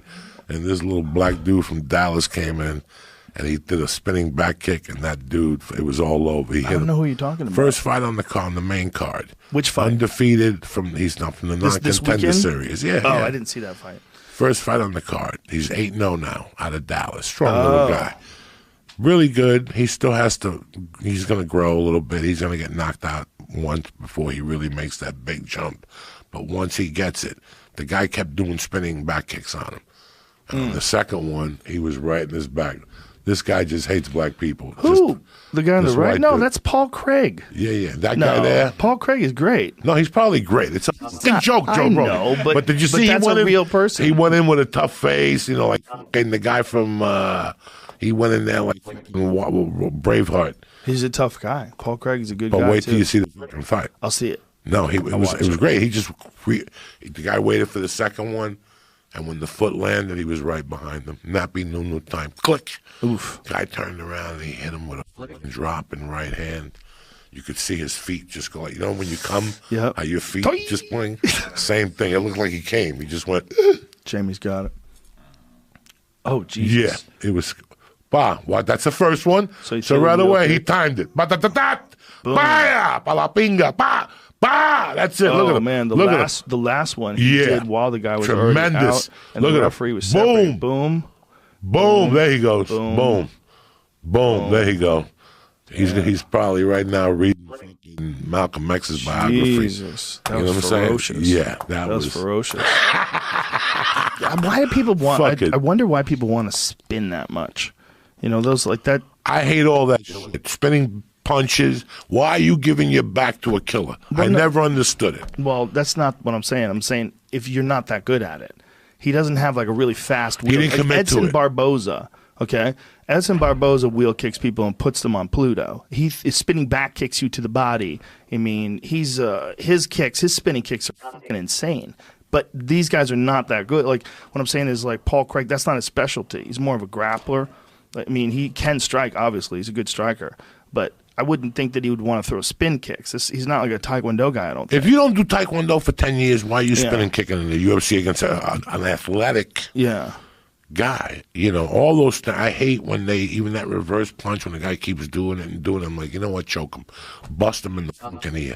See, when you're talking about like Edson Barboza, though, like the spinning kick tremendous. He landed on Dan Hangman, he kept kicking his body, those spinning back kicks, just fucking insane. You got to commit to that spinning back kick. Speaking about commitment, how about Max Holloway spinning the little cap off the bottle? Isn't that cute? And then the guitar player did it? Yeah. What's his name? Mayer? John Mayer. John Mayer. He did it too.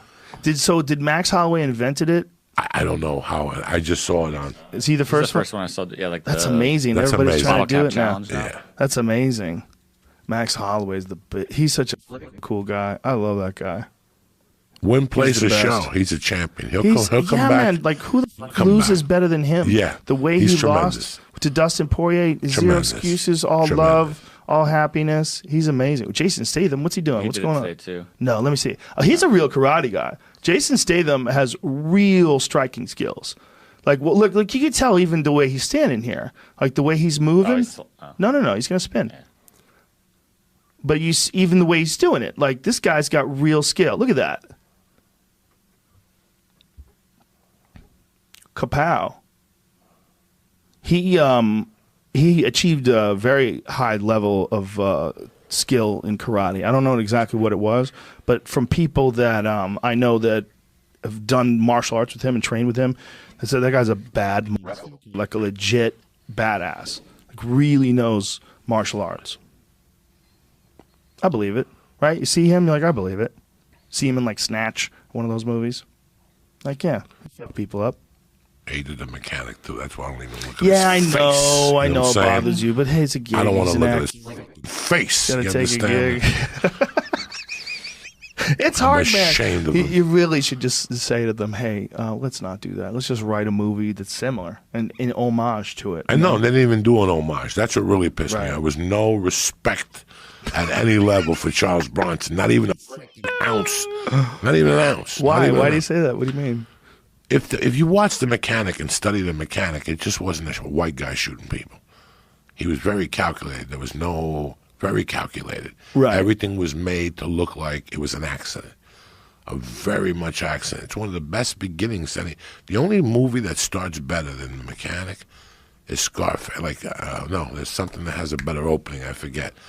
There's no dialogue for 11 minutes, 12 minutes.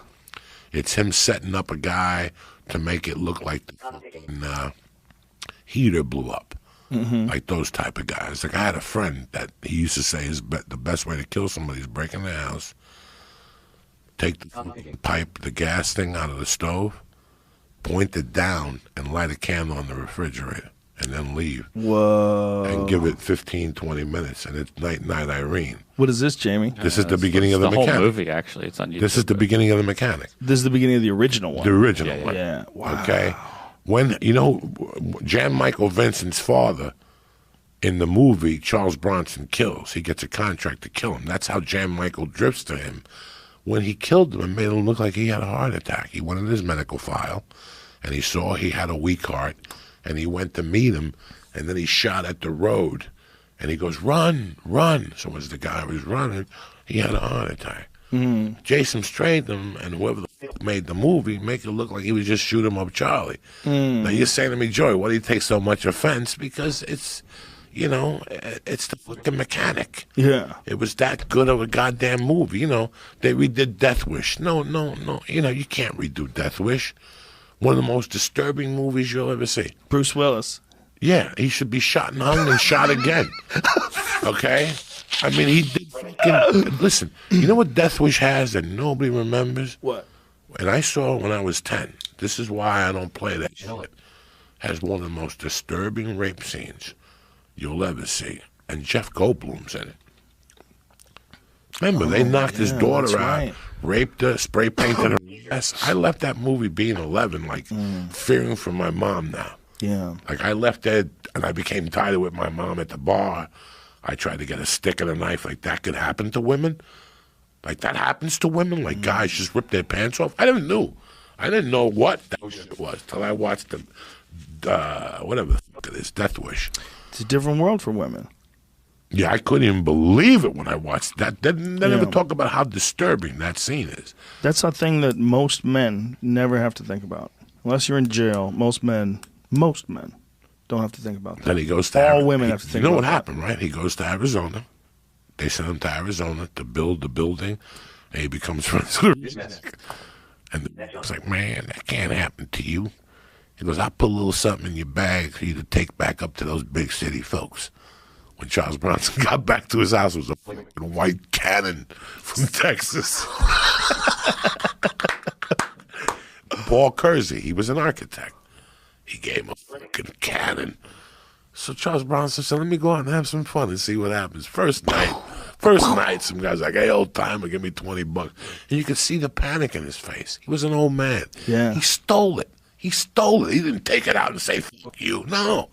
He was panicked. And then he shot the guy in the subway scene. You could see he's scared. You remember when look at him. Oh, this is great. That's right. Right here. Look, he's just an old man, dog. 53 years old. Fucking killing it in America, giving men like you and me hope.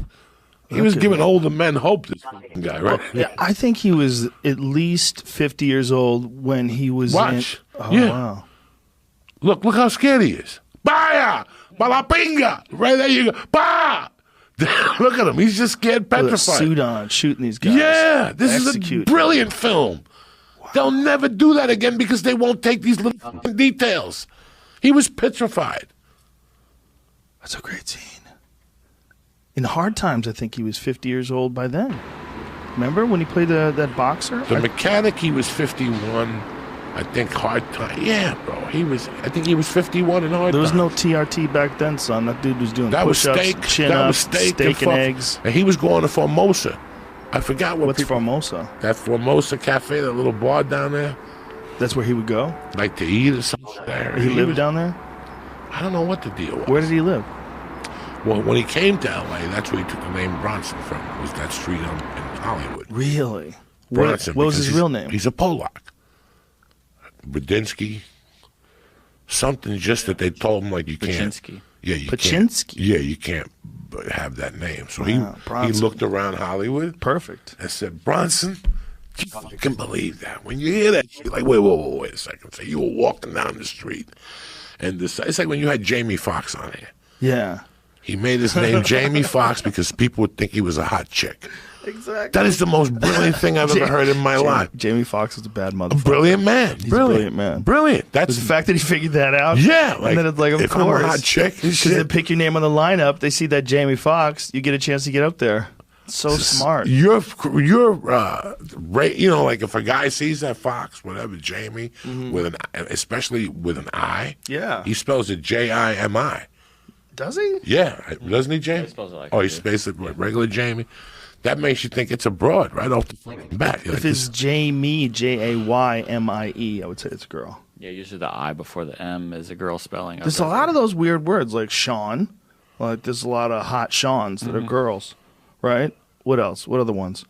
It's a guarantee. They used to be like Stacy. Like they used to name dudes Stacy, like Stacy Keach. These, there's a lot of dudes like in their 60s. They used to name guys Stacy. There's a name that a friend of mine had that was a guy. I can't remember it now. Wasn't there one of the weird guys in Airplane? Leslie. They used to name guys Leslie. How weird. That's a weird one. What was his name? Leslie hilarious Nielsen. dude. Leslie Nielsen. Hilarious. That guy was hilarious. Wasn't he in Creep Show too? Was he one of the people in Creep Show that got killed? I feel like he was one of those people that got buried on the beach or some shit like that. Yeah. Yeah. He's a husband. Yeah, he did something to some rich guy. I buried him up to his bed. I forget. Those fucking scary horror movies, like Creepshow, fun horror movies, they don't make enough of those anymore either. Those are my favorite movies. Well, they forgot how to make them, Joe Rogan. How? Like anything else. Scream wasn't bad, right? It wasn't bad at all. And what year was that? 87, 97. Sorry, 96, 97. I'm sorry. Yeah. 96, 97. That was a fun movie. I think that's the last one I watched. But the last movie to scare the living fuck out of me was the first Nightmare on Elm Street. With the tongue coming out of the phone. Before that, people are like, you don't watch Walking Dead. You know why? Again, I'm loyal to fucking when I was a kid. Those Dawn of the Dead movies. What was the guy that wrote those? George Romero. George Romero. I'm loyal to him. My loyalty's with him. I took acid and went to George Romero. That one, Dawn of the Dead, when the helicopter chops the black guy's head off. Ooh. When he doesn't even know, the helicopter lands and he's a zombie. Yeah. And I think it chops his head off. I remember tripping on acid. I almost had a fucking heart attack. Walking Dead was awesome for the first few episodes. You just can't keep something like that up forever. It just becomes it's too hard to keep a story going. The story got too weird. But the best zombie horror movie of all time is 28 Days Later. That's the best one. That's that British movie. So we didn't get it until like way after it came out in the theater over there. Most people have seen it. They've seen it on cable or DVD, right? Was 28 Days Later even in the theaters out here? Yeah. Was it? Yeah. 2002. The one after that was a big deal, but it was a British movie, right? Damn, that movie's good. I remember I bought a version of it on VHS. Remember European VHS was a different format? It was like you had to have a different player, or you had to have a player that was a universal player that could play both. I had one of those just so I could get some cool documentaries and shit that you would get from Europe.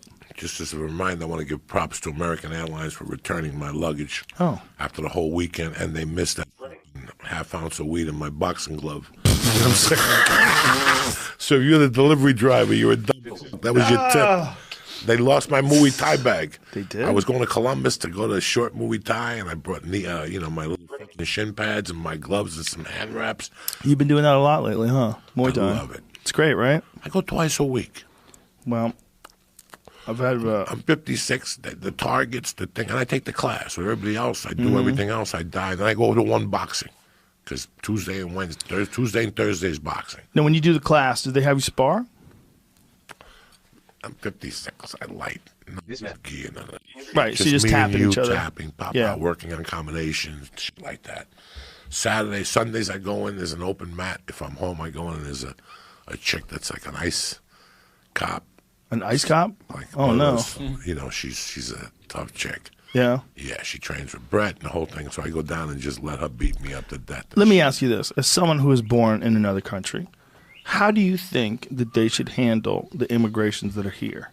Because this is the big question. A lot of people know people that are, probably a lot of people listening, know someone who they love that's illegal. Whether they're illegal from Canada, or they're illegal from Europe, or they're illegal from Mexico, wherever the fuck. There's a lot of people that get over here and stay over here that aren't supposed to be. Some of them turn out to be amazing people. So how do you decide? How do you decide who gets to stay? And does someone coming over here trying to make their life a better thing, but just doing it illegally, does that automatically discount them from staying here? That seems crazy. What if they're great? There's a lot of people come over here because they were super unfortunate in where they were born. They grew up in a shitty place, and they wanted to make it better, but they didn't know how to do it, so they came over to America by hook or by crook. They figured out how to get here. They got here, and now they're kicking ass. Why would you want to get rid of them? As long as they're not criminals, as long as they're not hurting anybody, why would you want to get rid of them? Well, for starters, let's do this. What's going on right now just points the finger at a certain realm of you're pointing the fingers south of the border. Yeah, it's Canadians. A lot of Canadians. And I'm not saying nothing bad about anybody. This is the United States of America. Right. People come here to have a dream. Yeah. And whatever happens, bro. Sometimes the dream goes kaput. When I went to New York, I spent 3 weeks in New York and I Ubered. And I did a little thing in my mind. I took 20 Ubers. In fact, I became Uber Platinum because I was doing, all these rides. Not one white person picked me up. Not one time. Not one time. And guess what? I asked questions. asked everybody questions, and the most inspiring person I met was one night I worked till I wrapped at 6:30 in the morning. There was no way I was getting in the van to go home, and I just called Uber. I was in Ridgewood, Brooklyn, and this Indian girl picked me up. Very cute, 6 in the morning. It's still kind of dark out, 5:30, whatever it was. And this little girl that weighed 90 pounds picked me up. Got in the car. Hello, we have charger in the back if you want to charge your car, and there's little caramels in the front, and I said, where are you from? And she told me, India. And I go, how long have you been here? 1.5 years. Spoke perfect English. Wow. I go, why did you become an Uber driver? She goes, I became an Uber driver because I was a waitress in an Indian restaurant, and the guy abused me, and he would only pay me $8 an hour and take half my tips. So me and my cousins got together, we put away money, and we rent a car. We leased a car. She drives in the daytime, and I drive it at night. Wow. And I go, aren't you scared to go out at night? She's like, no. She's like, I love it because there's no traffic at night. I go, what do you walk with? I just asked her creepy questions. I just asked her questions about. Yeah. And I gave her an extra tip. Let me ask you this. Can you be illegal and do that? Do they check your citizenship? I don't know what the status was with her. I didn't ask her. I didn't know she was a citizen. But what do you think? Do you think that you could do that? Do you think, like, if you came from you came from Guatemala illegally, came over here, though, and became an Uber driver, could you do that? Me? No, could anybody do that? Or do they check your citizenship? What do you think, Jamie? Yes, they can do that. So someone definitely can come over here and start working for Uber or another or a similar I'm not company. saying they're doing that necessarily like through the proper ways. You can if you have a legal friend, you can use their license to be the Uber thing, and they don't know who's behind the car. So that happens all the time when I'm ordering food. You definitely have to have a valid driver's license, right? Yeah, so can you get a valid driver's license if you're illegal? Well, that's the part. That's what I'm saying. So no, but that doesn't stop someone from getting behind a car if you don't have a license any day. That's sort of what I'm going with. Well, is California getting in trouble right now? Aren't we on the list because we agreed and somebody else to give illegals licenses? Yeah, that's why I was asking. There was a thought that popped, a memory that popped in about some story like that they were going to give illegal aliens the right to drive. I'm sort of saying it does happen, but not above the board, basically. But are you sure? Yeah. Could you see if they're trying to give illegal aliens driver's licenses? Because I remember a story like this too as well. People were super upset about it. It's a weird thing, man. There's 13 states that allow it. There you go, baby. Where do you have to move? What are those states? A and D.C. California is the first one. As of 2013, Colorado, Connecticut, Delaware, everywhere there's weed. Hawaii, Illinois, Maryland, Nevada, New Mexico, New York. Interesting. Yeah, everywhere there's weed. Hawaii doesn't necessarily have Utah, weed. Vermont. I think Hawaii just has medical. It's very close to that. From a business standpoint, they work for cheaper and work harder. There's so many benefits as a business owner. When was the last time you saw a white laborer? You see them. You go in the kitchen at any restaurant, it's all, and so now you're questioning what rights you have as an American. You come here, you get a job, you're working hard, you stay out of trouble. You stay out of trouble, you mind your business, you and I grew up in the East Coast, where you go to a Chinese restaurant and you'd see the husband and wife working, and the kids would be doing homework at the back table. And if you came in the daytime, it was a different couple, which is telling me that two couples got together, they buy a home, and they open a business together, and they work together. That's what those immigrant groups do. Mm-hmm. And then from there, they bring a cousin, and they open. And the next thing you know, they got 3 houses on the block. And now you just had a fucking immigrant family move into your neighborhood. Not necessarily good or bad. You know what I'm saying? They're nice. We all had them in our neighborhoods. Sure. And remember, 70 years ago, this was your grandparents. Yeah. So you have to think about your grandparents. How would you want them treated? I'm sure your grandfather got a job laying brick way before he got his immigration papers. I don't know how they did it, right? I think they got it pretty quick. You get through Ellis Island and they push you through. I mean, the legal situation. It was a different world back then. You could immigrate pretty easily. Like my grandparents weren't rocket scientists when they came over here. No, they were kids. Their parents weren't geniuses. Do you know what's going on? They're farmers. Do you know what's going on in South America right now? Nicaragua, Honduras, all those places. Pure. I can't be mad at you for wanting to get the fuck out of there, but there's other places on Earth right now where there's people going on. Yeah, there's and places they're trying to come over too. Let's point everybody out. Let's lock all the fucking borders. Don't make it seem like it's just Mexico that's the fucking problem. We're getting bombarded from everywhere.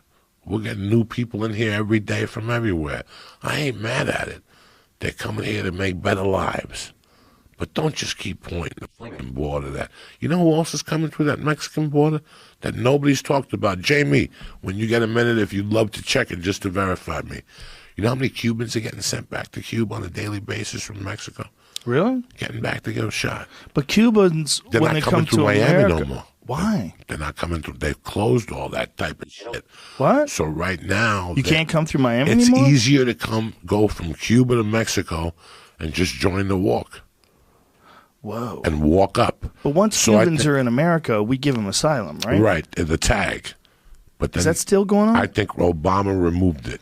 Did he really? Yes. Trump made it so we can't go over there anymore. There you go. Africans, Cubans pack Mexican shelters, hoping for a shot of asylum. People are going through Mexico now. That's crazy. So I think the number a couple weeks ago, I think 900 Cubans are getting sent back weekly to get shot. Does you think that more people are making towards the border since Trump was like, build that wall, build that wall? Do you think more people are headed towards the border now because it's just like it's a popular thing to do? It's a part of our culture. Like a part of the conversation is the border wall, right? Like, do you want a border wall or do you not want a border? Build that wall, make it a fucking million feet high, bring it right to the top of the earth. Or are you one of those people that thinks anybody should be able to come over here and have a better life? And those two ideas are fucking clashing left and right. Some people think that people should be able to try to do better, try to better themselves. They should have the opportunity. And then some people think, fuck them, you were born somewhere else. You don't ever get a chance to come over here. Go in through proper channels, which is almost impossible. Do something that's very valuable to us over here. See, that's the thing. Like, if you're a person who has some extraordinary skill, you could probably get American citizenship easier. You're unusual. If you're contributing to the physics department at Harvard or something like that, and you were born in Germany or wherever, you probably could get citizenship a little bit quicker than you're just a guy who lives in Guatemala and wants to come to America because he thinks he can advance his life. He thinks he can get better, whereas where he lives, you can't go anywhere. You're stuck. The poverty is extreme, the crime's extreme, and he wants none of that. He wants to do better. So he makes it over here. I'm like, listen, when you talk about immigration, you're going to get good and bad from every country. Sure. Castro in '79 opened up his prisons in Mariel, and you got 100,000 Cubans and 100,000 spoiled, rotten savages from Cuban prisons where they wear no clothes and they have to go in a hole in the middle of the floor. They're savages. They're animals. They got no problem taking your life for a piece of toilet paper. But the same runs true from other countries. Yep. We get the good and the bad from other countries. Let's not beat around the bush. Before Russians come here, they get a course. They go to a school and take a 12-week course on how to come here and get money right off the bat. How to go to Social Security. Check that out, Jamie. That's a very weird one. They get taught how to come here and scam the system. Whether you want to call scam. I'm not putting nobody down. I have tons of Russian friends. I love them. I'm not saying nothing bad. But I've heard that's a fact. I've heard them from them. I have a friend who's married, and she told me one day that before they come here, they take a course to prep them on how to get money as soon as they land. 3 days after they land, they get cash in dollar. Paperwork, what to say, they coach you. That's hilarious. Is it like a service that they offer? Yeah, some type of class. Sign up for it if you want to scam the system. How it works, but if you want to scam the system, they'll tell you how to do it. That's how many Armenians come over, get citizenship. Guess what they do? What? They get Social Security and they move back to Armenia and they get the check sent back to Armenia. They have a system on how to do that. They got 1,000 loopholes now, brother. And if you learn those loopholes, you could cave the fucking system. There's nothing wrong with having a group of people that all agree on certain rules, right? Which is what the United States should be. But the problem with having a group of people is you don't get to pick like who's in that group. So you're just deciding instead of being admitted by your merit or how good a neighbor you are or how nice of a person you are. No, you just whether or not you're born on the dirt. Like, were you born on this dirt or that dirt? Because if you're born on that dirt, you can't stay. But if you're born on this dirt, even if you're a human being, you get to hang out. You get to ruin other people's lives while you're here, as long as you don't do enough that we need to put you in a cage. And then if we do, we keep you for a couple of years and let you out and you do more.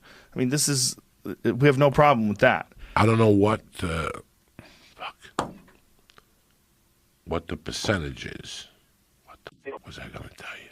I don't know. I lost it. What the percentage of good people versus bad people that come in across the border? The thing is, every time there's a bad one that comes across the border, it's highlighted as an example of why we got to keep the border closed. And they have a point. They all have a point. Absolutely. When you see someone who is talking about illegal gang members that are sneaking across the border and murdering people, it absolutely has happened. It's 100% of a real thing. It's not fiction. The question is, how much does it happen? And how much better is it for those people's lives that make it across? Is there a way to screen better to make sure that the bad people don't come in? I mean, all of these questions are legitimate. You know, you don't want a bunch of fucking evil, vicious people from another country in your neighborhood. That's how everybody feels. You don't want your children, your family to be in danger because someone snuck across a border and they have a long history of working for the cartel murdering people. That's a real thing. That's a real possibility. So all the people that are vigilant and all the people that are scared, you know, it's probably smart to be scared. Look at fucking human history. People are capable of doing some awful shit. No one's saying, like, I don't think there should be no wall at all, nothing stopping people from coming across. You definitely don't want pieces of shit coming over here. But let me ask you this. But the problem is, how do you find out? Did you ever notice that maybe we're full? Yeah, we're probably... Maybe we're full. Did you notice that when you go on, there's homeless people on Boulevard, on Lancashire Boulevard, under bridges everywhere? Has it ever come to your mind that anywhere you go, there's cars everywhere, and between Uber and Lyft and cabs, now there's traffic in every major fucking city, there's deadlock or whatever? Did you ever notice that maybe it's not that I hate Cubans or Mexicans or Puerto Ricans or blacks or Germans or Irish? Maybe that we're fucking full. Have you ever come to that conclusion? Yeah. That we're just full right now. Yeah. We have to take 5 years off. Like, I would accept that. I would accept special circumstances. Like, why? Like, you have family here or something. But at this point right now, we're fucking full, bro. Yeah. Yeah. We're full. We don't have nowhere else to put anymore. We really don't. Look at your cities. Unless we pack them all to Iowa and send them all, into where's the highest population of Mexicans in the country? I would probably say Southern California, right? Wrong. Really? Indiana, Chicago. Indiana and Chicago? Yeah. Higher. They farm a ton of shit up in Chicago. Oh, up that in makes rural sense. Illinois. Wow. You know, where's the highest population of Puerto Ricans? The Bronx? You're wrong. Cleveland. Because in the 50s, they shipped, all the dealers were taking Puerto Ricans and putting them to the Cleveland, Ohio area to work in the Ford plants and all those type of plants. And after all those places sat down, all those people sitting there holding on to their dick.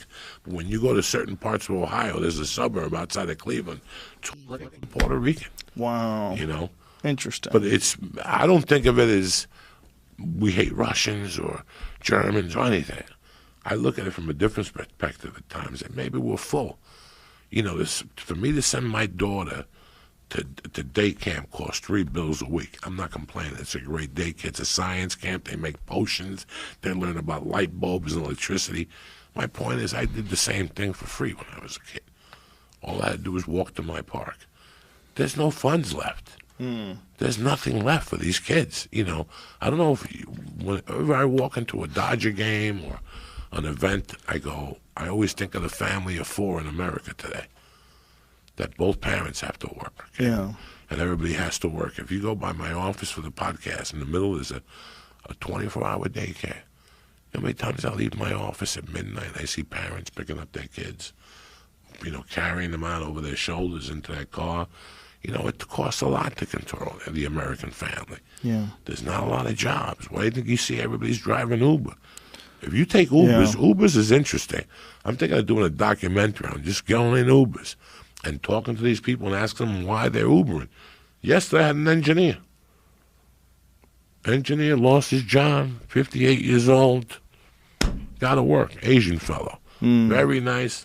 I tipped him extra. He offered me to plug the phone. I mean, you know, you have to look at that and go, wow, there's a lot of people in this country without work. There's a lot of homeless people. And we're running out of money to take care of what we got here. It's true. Like, LA has an epidemic of homeless people right now, where there's so many tents on the street. And Epi-fucking-demic. They're everywhere. I mean, they're on fucking Lancashire. Yeah. They're on, you know what, they're in Sherman Oaks. On the streets, hiding on the underpasses. Underpasses are stuffed with them now sometimes. You know, I mean, we have to, and what are you going to do with them? You can't walk through those underpasses. What are you going to do with them? You know what the answer is? You know what they usually do with them? What? They give them $100 and they give them a bus pass to Vegas. And now Vegas is stuck with them. We talked about that on the podcast. For 2 months. Every city's done that. Every city keeps doing it. You just keep moving them around like shit. Yeah. It's time to get in a park and put a tent city and make them be resourceful. Look at this. There are more than 110,000 empty rental units in Los Angeles. Filling those spaces won't solve the housing or the homeless crisis. Yeah, but the problem is, if these fucking things are for rent and you have these homeless people that are drug addicts and probably mentally insane, and you let them stay in those rental apartments, they're going to destroy your rental place. Well, let's be honest. There's 110,000. Oh, whoa. It all depends on what kind of homeless person you're talking about. Are you talking about a person who's down on his luck, or are you talking about mental illness, drug person? Addiction? Yeah. That's the violently. When I see 60, when I see 100, when I see 10,000 homeless people in LA, I got to assume 4,000 of them are people who are down on their luck. They made a slip. They got 4 flat tires, and they just get. You know, there's times people go through that for periods of time. It could be a year. Yeah. It could be. It's like these hikers. In 3 days, a hiker gets lost. Okay. Yeah. These hikers gets lost. And they stroll off. When they get saved, they're all happy. You see them on Eyewitness News, like all happy. Wait till they get the bill. Did they get hit with a bill? Oh yeah, every time. Most. What do you think those helicopters cost? So there's volunteer groups. There's volunteer. If every fucking hiker got paid for a fucking taxpayer, we'd be broke. So, like in Colorado, say if you're one of those hikers that goes and snaps her ankle and you're on a ridge somewhere, they come and get you. That costs somebody money. You got to pay somebody. There's no fucking tax fund. How much does that cost? Well, that's going to cost a lot of money. If you get hit, listen, if you, like lady who got stuck in Hawaii for a week, wherever the fuck she was a month ago, those helicopters cost something. She got stuck in Hawaii? Oh, the lady, yoga teacher that got lost in the woods? Yeah. You know. They found her, right? Yeah, they found her. I assume, I'm just saying the story just because what happens if something like that happens to you and you get hit? You ever get involved in a lawsuit? Okay, in a lawsuit, I rear-end Joe Rogan. Joe Rogan's neck and, God forbid, his neck and his back are hurt. He can't do ugats, right? You file a claim against me. While you're going to the doctor, right, all those months, what does the doctor usually pay you at? Everything's payable at 30 days. Net 30 is it. When you start getting those $1,100 bills from when they look in your knee and in your neck, when you get 10 of those, how are you going to pay them?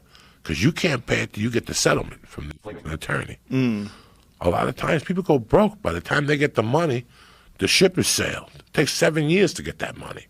You've been going to the doctor for 3 years. Wait, think insurance covers all this? What insurance? Well, tell everybody with the neck collars it's more complicated. What's that? Tell everybody with the neck collars. Oh, yeah, it's more complicated. Yeah.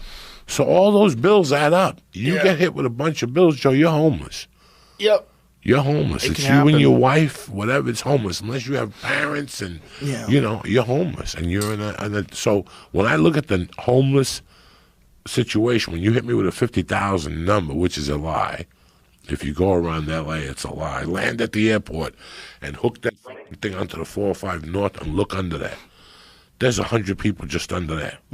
So whatever number they tell you. What do you think they tell you as far as like homeless population in L.A.? I don't know. I know Garcetti's under fire. Like I know that they're fucking like they're people are pissed because they gave him $2 million. They gave him $3 million. They gave him money, and he didn't do it. Oh, really? Yeah, they gave him some type of money. You got to put up some shelters. I saw that up in North Hollywood, Studio City, there's a church that on Thursdays they go and take showers there. You know, there was a place in Maine that was offering young couples. They wanted young people and young families to move up there because it's tough to get people to live in some of those parts of Maine. So they offered incentives for young people to move up there, and a lot of African folks started moving up there. You know, they found out that was a good place to be, and so they like filled up a lot of their shelters up there. There was an article about that. See if you could find that. Interesting. It's like, hey, they're like, look, I know it's cold as fuck, but we'll take a chance. They're from a war-torn part of the world. And if they could just be cold in Maine and be at peace, hey, beggars can't be choosy. That's why Marcus Davis lived up there. I asked him, remember UFC fighter Marcus Davis? Yeah. I asked him, like, why do you like it in Maine? He's like, there's no fucking crime. He goes, it's none. He's like, there's none. He goes, everybody's nice. It's cold as fuck, but everybody's nice. Remember the comedy club up there? Where was the comedy club? It was on a wharf and it floated. No. Where's that kid from? Maine or Vermont? Marley. Bob Marley's from Maine. Yeah. Okay, it was in Maine. Yeah. Bob Marley got him into the club one time. That more asylum seekers arrive in Portland, Maine from southern border as city debates assistance. Portland's Human Resources Director criticizes comments by Mayor Ethan Strimling welcoming the arrival of more immigrants. Did it say that they're all from Africa? It doesn't say specifically Africa, but they're buying them bus tickets to go from like San Antonio and other parts in Texas. Oh, I think this is a different one. This is a different thing. Oh. Yeah. Just Google it from Africa. I did. Did you? Maine African shelter. It should have popped up. This one, that's just one person. A new migrant surge from the border. This one from Central Africa. Wow. Interesting. But, you know, for other people in other parts of the world, they're like, I'll take it. I get it. Maine is cold as fuck for a good stretch of the winter, but, you know, they just stay indoors and keep the heat on. Here. Whoa. Look at that. L.A. population, L.A. County homeless population jumps. So from 2011, it was 39,414, and in 2019, it's 58,936. So it jumped up a fucking ton, almost 20,000. And that's just over a period of 8 years. That's crazy. That's a lot of people. There's a couple dudes by my house I take care of. There's a couple dudes that live in shopping carts. I always drop them food. There's one dude that was like he's like a soldier with PTSD. And he lives in the park. He's got to be 6'4", 280, big black. What do you want to do? Every time I see him, I pull over. I give him a 20. I introduced him to my wife and my daughter. I go, you see anything? You just attack. He's just attacked. You rip him apart. When my daughter started going to grammar school, I saw him one day walking by the grammar school. I pulled right up. I go, you see that grammar school right there? So my daughter goes to school. You see any suspicious white people? You just rip them apart. Let me deal with it later. He has a Rambo knife, bigger than Rambo. Bigger than Rambo. And I love him. I love him to death. You could see with the PTSD and mental health, he won't take showers. Oh, no. But he's got a heart of gold. Whenever he sees him, he smiles. He gives me a thumbs up. I've been in that neighborhood 10 years. I see him in that park maybe 6. Never violent behavior. He doesn't drink alcohol. So I know he's not just a fucking drunk. He just can't get a job. It's just mental health. No, it's a mental health issue. Yeah. He's a veteran. I asked him, how you doing? What's going on? And he told me his whole, like a little story as much as he could without being embarrassed.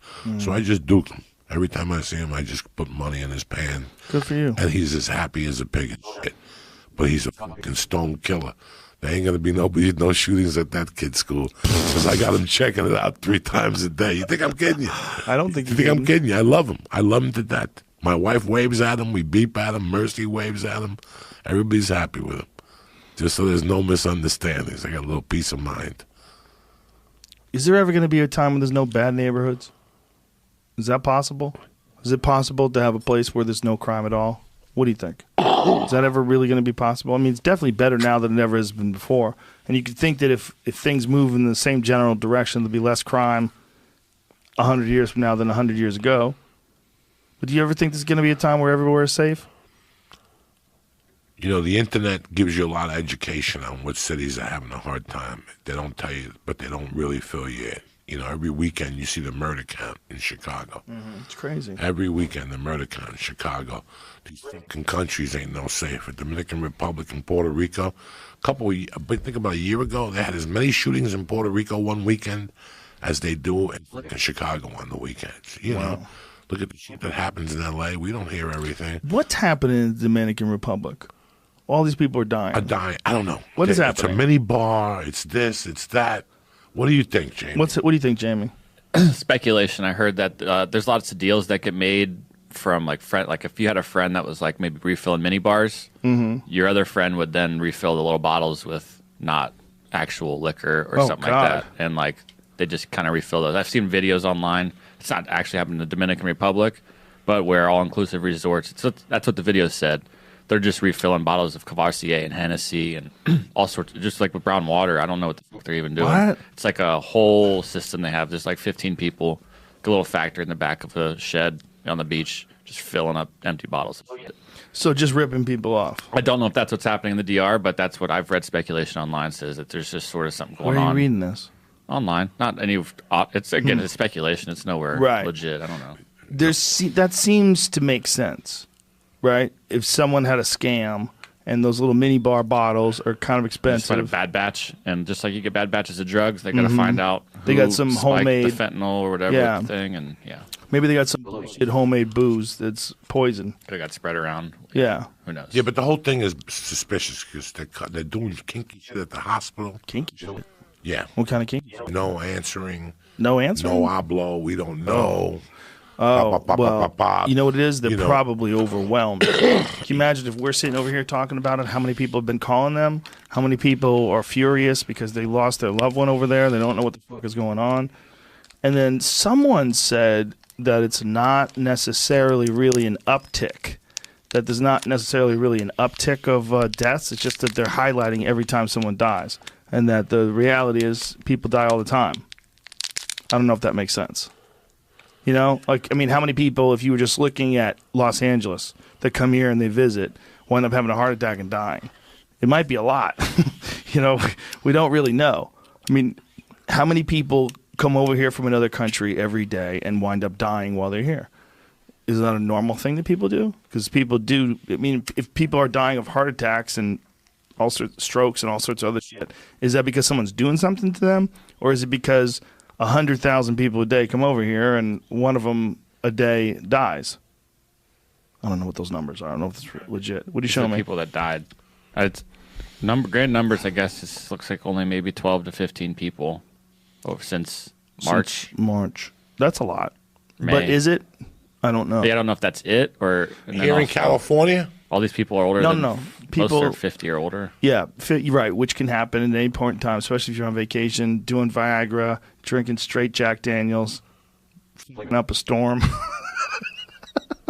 You could have a heart attack, bro. But all jokes aside, no disrespect to the dead.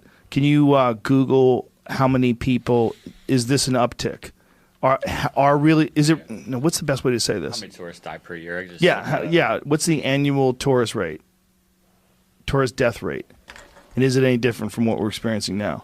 Because it would be weird if we just found out that no, this is just what happens, and they're just making a big deal out of this for a story. But that 55-year-old drunk guys die every year in the Dominican Republic and in Cuba and in Puerto Rico, and people get hammered on vacation, bro. You know why I don't like it? You know what I heard about Dominican Republic, Punta Cana?